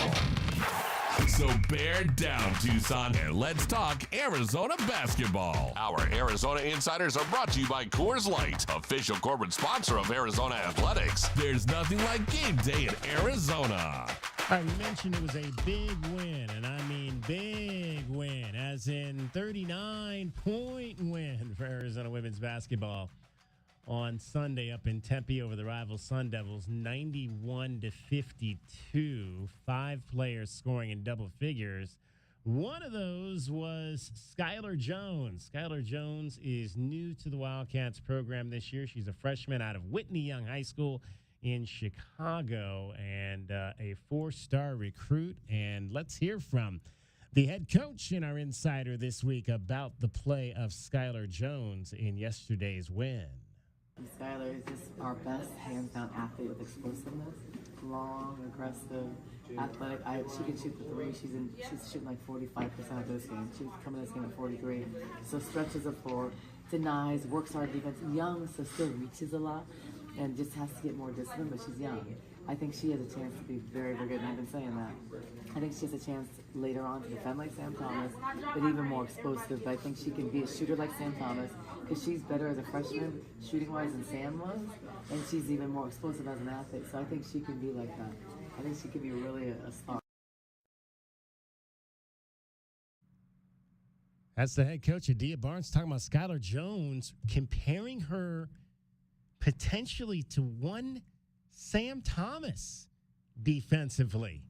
That's high praise. High praise indeed. I compared Jada Williams, saying that I thought she could maybe potentially be the next Sam Thomas. It's interesting because, again, now you're going to be looking, because Sam set such a legacy here as a player, as just a representative of the program, that now you're like looking, she's kind of I mean, again, Ari McDonald's going to be Eric McDonald's. I mean, there's not going to be too many, people in this program. We've seen really like 3 generational players in the history, at least in the last 30, 40 years of this program. I mean, when you talk about Adia Barnes and Davlin White and then Ari McDonald, I mean, the top 3 scorers to ever come through this women's basketball program. Sam Thomas wasn't necessarily a scorer, but just the things that she did. She was the face of the program. She was, I think, a captain her entire 5 years here. I mean, how many women come into a program, are anointed captain right out of the gate as a freshman, and carry that moniker all the way through? But if Skylar Jones can be any type of the defensive player that Sam Thomas was during her time here, and eventually turn into that type of shooter as well, she is going to be an outstanding player moving forward for the Wildcats. Thanks to Coors Light for bringing you today's Arizona Insiders on Wildcats Radio 1290. Coors Light, official corporate sponsors of Arizona Athletics. There's nothing like game day in Arizona. All right, I mentioned that we're doing a new thing now. Prep Princes and Prep Princesses. Prep Princesses. Princes and princesses. Say that. Exactly. 10 times fast. That's exactly right. All right, I have one for you from Saturday night. How about this one, okay? Empire basketball. And people are going to say, well, we handed out one to Empire boys basketball last week. And I know what people are going to begin to say. Why are we handing out another one to Empire Basketball? Well, I'll tell you why. Because they post their stats. Okay? Message to coaches out there. You want me to talk about your players? All right. Do what you're supposed to do on Max Preps, AZ Preps, 365, and post your numbers, because that's all I'm doing. I'm going to the scoreboard page. I'm clicking on games and I'm looking for performances, okay? But if you're one of those coaches that does not put the numbers in, then I can't say anything about your team. I've been saying this for the entire 13 years now that I've been covering high school sports in this town. And we preach it. I preach it. The Morales brothers preach it over at All Sports Tucson. All of us that cover high school sports. If you're a coach and you're not putting your numbers out there, you're doing your athletes a disservice. Let's give a shout out to Greenfields basketball. They did something, I'm not sure what. I'm assuming it was good. Ooh. I don't have any stats, but I'm just going to go ahead and say it was good. All right. Do they still they're not open? I'm just giving you an example of what you could say if you didn't have the stats in front of you and giving up an imaginary school that doesn't exist anymore to not offend anybody. So Empire knocked off Benson 78-46 on Saturday. They played 2 games, so this was probably at a tournament. But shout out to our prep prince today. His name is Donovan Davidson. And Donovan had one heck of a ball game. He is a 6-foot junior, 145 pounds. Donovan in this game against Benson, 31 points, 5 assists, 5 rebounds, and 4 steals. So congratulations to Donovan Davidson on a tremendous effort. He is the second player from Benson basketball that we have shouted out as a prep prince. And again, like I said, they post their scores. I think last week it was Deshaun Washington who had a big ball game, and we shouted him out. Post the stats, and I can see them. That's what I'm doing, folks. So, or call me. You can call me. Send me an email. Say, hey, DK, my kid, he did this last night.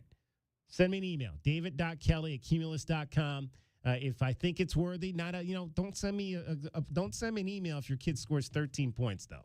I'm not, it's got to be something worthy. Okay, 4 goals. Like we've shouted out 4 goals in a game. We've shouted out 30-point performances. We had America Cazares who scored 59. I mean, at 59, that's worthy. What if you break that's worthy. The career passing yards record for Southern Arizona? Is Absolutely. That worthy? Okay. Cameron Hackworth. Now, we weren't doing it during football, but Cameron Hackworth is a prep prince for sure. King. Yeah, yeah, exactly. You get the crown. You get the state crown. You get to graduate to a prep king for sure. And Cameron Hackworth and his guys over at Sabino High School, definitely that. All right, so Donovan Davidson is our prep prince for today for his performance for Empire Basketball over Benson this weekend. 78-46, 31 points, 5 rebounds, 5 assists, and 4 steals. 520-848-1290, 520-848-1290. I want to go back to what we were talking about at the end of the last hour, our question of the day, and I want to get a little bit more in on this because I want to give you the results here right now. And our question of the day is Charlie Woods, the son of Tiger Woods. Charlie Woods, he's 14 years old now? I read he'll be 15 in February. He's done something that his dad never did.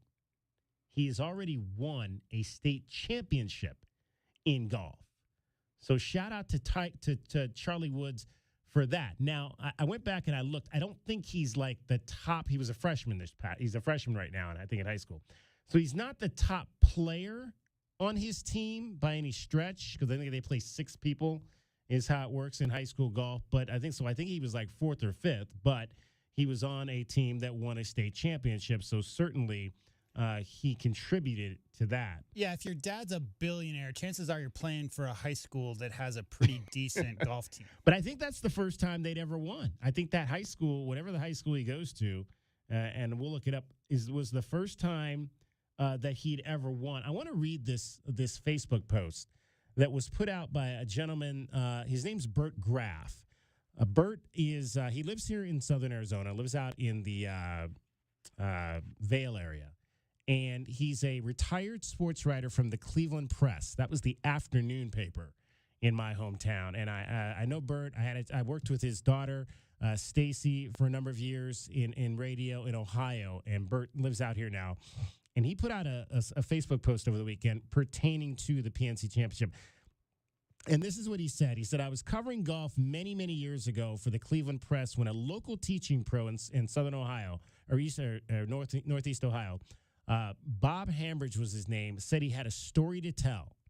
And he told Bert that a guy named Earl Woods was touring the country with his then 13-year-old son, Tiger.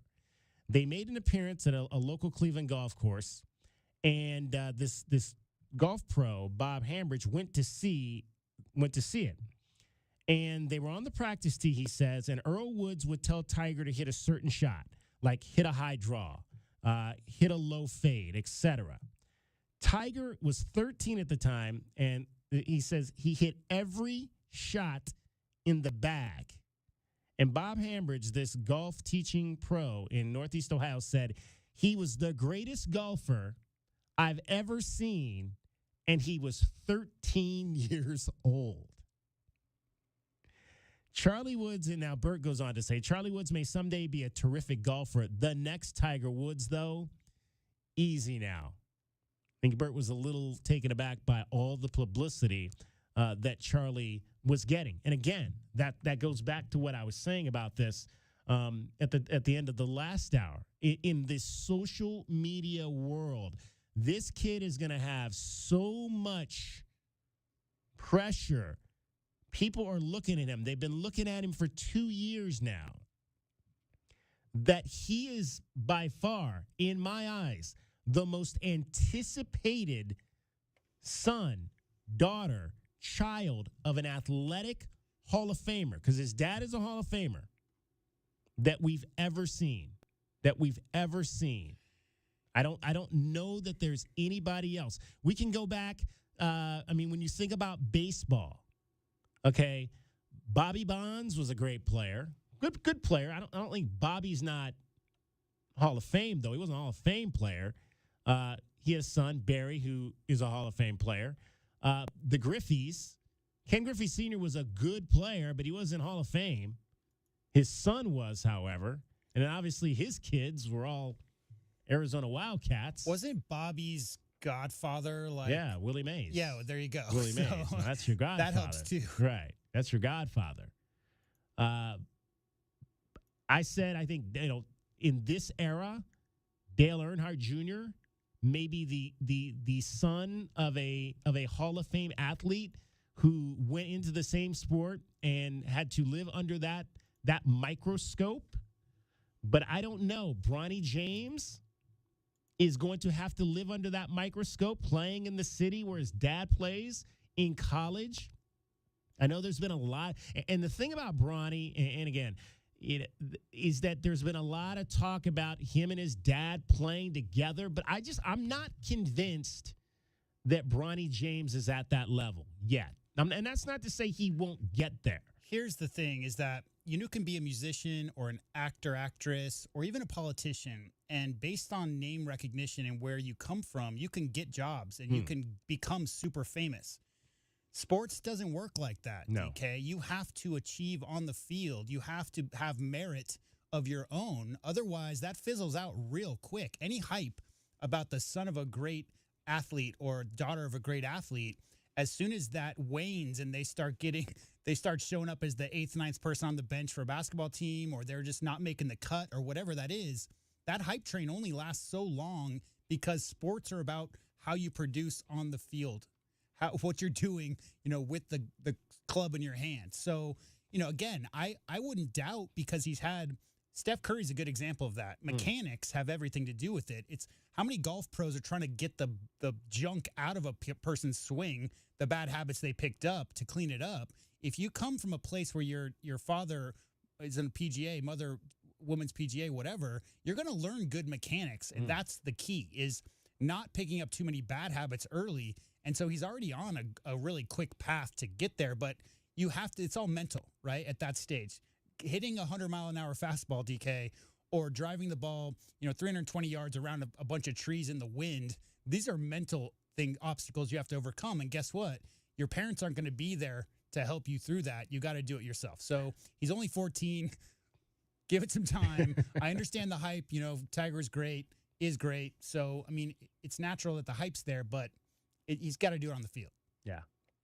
100% of the people right now saying Charlie Woods is indeed the most anticipated following the footsteps child of an athletic Hall of Famer that we've ever had. By the way, Bernard Longer and his son Jason won the PNC championship. Tiger and Charlie finished 5th. We can dive more into that tomorrow, but right now it's time for our Desert Diamond replay.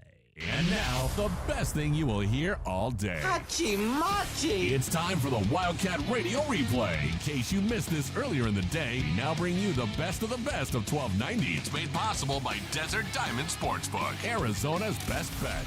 Kym Adair from the Arizona Bowl joined us a little bit earlier today in studio, and I asked him how the heck did she become executive director of the Arizona Bowl? It's a really funny story. It's a unique story. So I was the senior vice president of marketing and business development for Nova Home Loans, and Ali Farhang approached us about being the title sponsor. And John Volpe, the CEO of Nova, said, Kym, let's look at this. And it was my responsibility to look at it and negotiate the contract. And then to protect the interests of Nova, they wanted me on the board of directors. So Ali Farhang, Fletcher McCusker, and Mark Irvin are the founders of the bowl. And I say on day 2, then I came in because as the title sponsor, we were very involved. And so I was very involved with the game as the title sponsor, representing John Volpe, the CEO, and Nova Home Loans. I was on the board making decisions. I was interacting, obviously, with the conference partners and the media partners. And then actually at one point, the bowl was actually within my office at Nova Home Loans. So I was kind of overseeing the operations there. And then eventually our executive director decided to retire, and the board asked me if I'd be interested in jumping over. And at that point, I'd been with Nova for 10 years, a great company I love. My best friends work at Nova.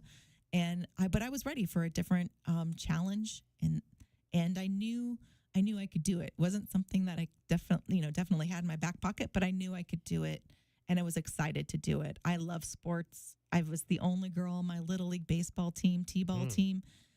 I've always loved football, and so I was very excited to be able to jump over and help. And more than anything, I love this community. So getting a job where I can help the community and be in sports, I mean, gosh, I've got the best job ever. Wow. That is unbelievable. So who's your favorite football team? College or professional? Both. Yeah, NFL, oh my gosh, NFL.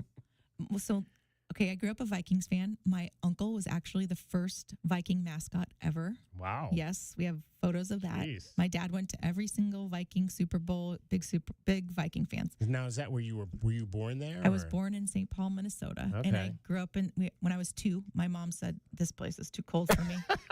I'm moving back. She was from Scottsdale. My family moved back to Scottsdale, and I grew up in Scottsdale.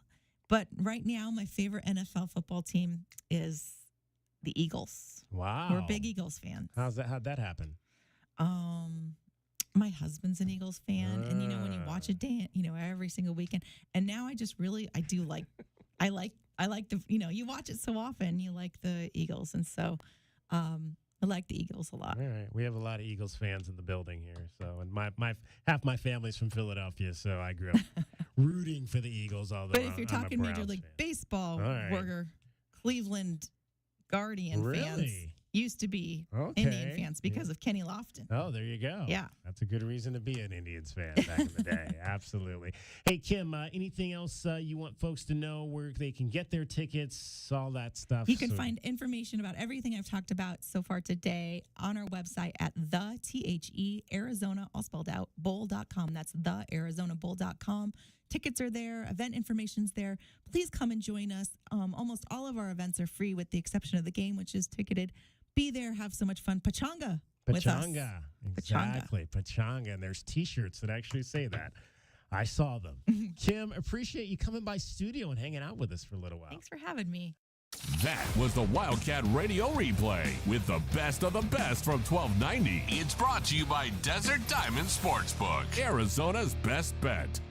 Thanks to Kym Adair and the Arizona Bowl. TheArizonaBowl.com is their website. Go on over there and go to our website, WildcatsRadio1290.com, to hear our full conversation today with Kym Adair. You can find it there. That is going to wrap up our program. Thanks to Kym Adair. Thanks to Bill McCullough from 520 Sports Talk. Thanks to the Sabino Sabercats, the champions of Conference 3A, for joining us.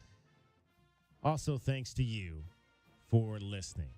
For Cricket, for J-Dub, I'm David Kelly. Have a great night, everybody. It's DK on the Sports Tip. You're listening to Wildcats Radio 1290. Next up is the Tommy Lloyd Radio Show with Brian Jeffries from Union Public House in the Foothills.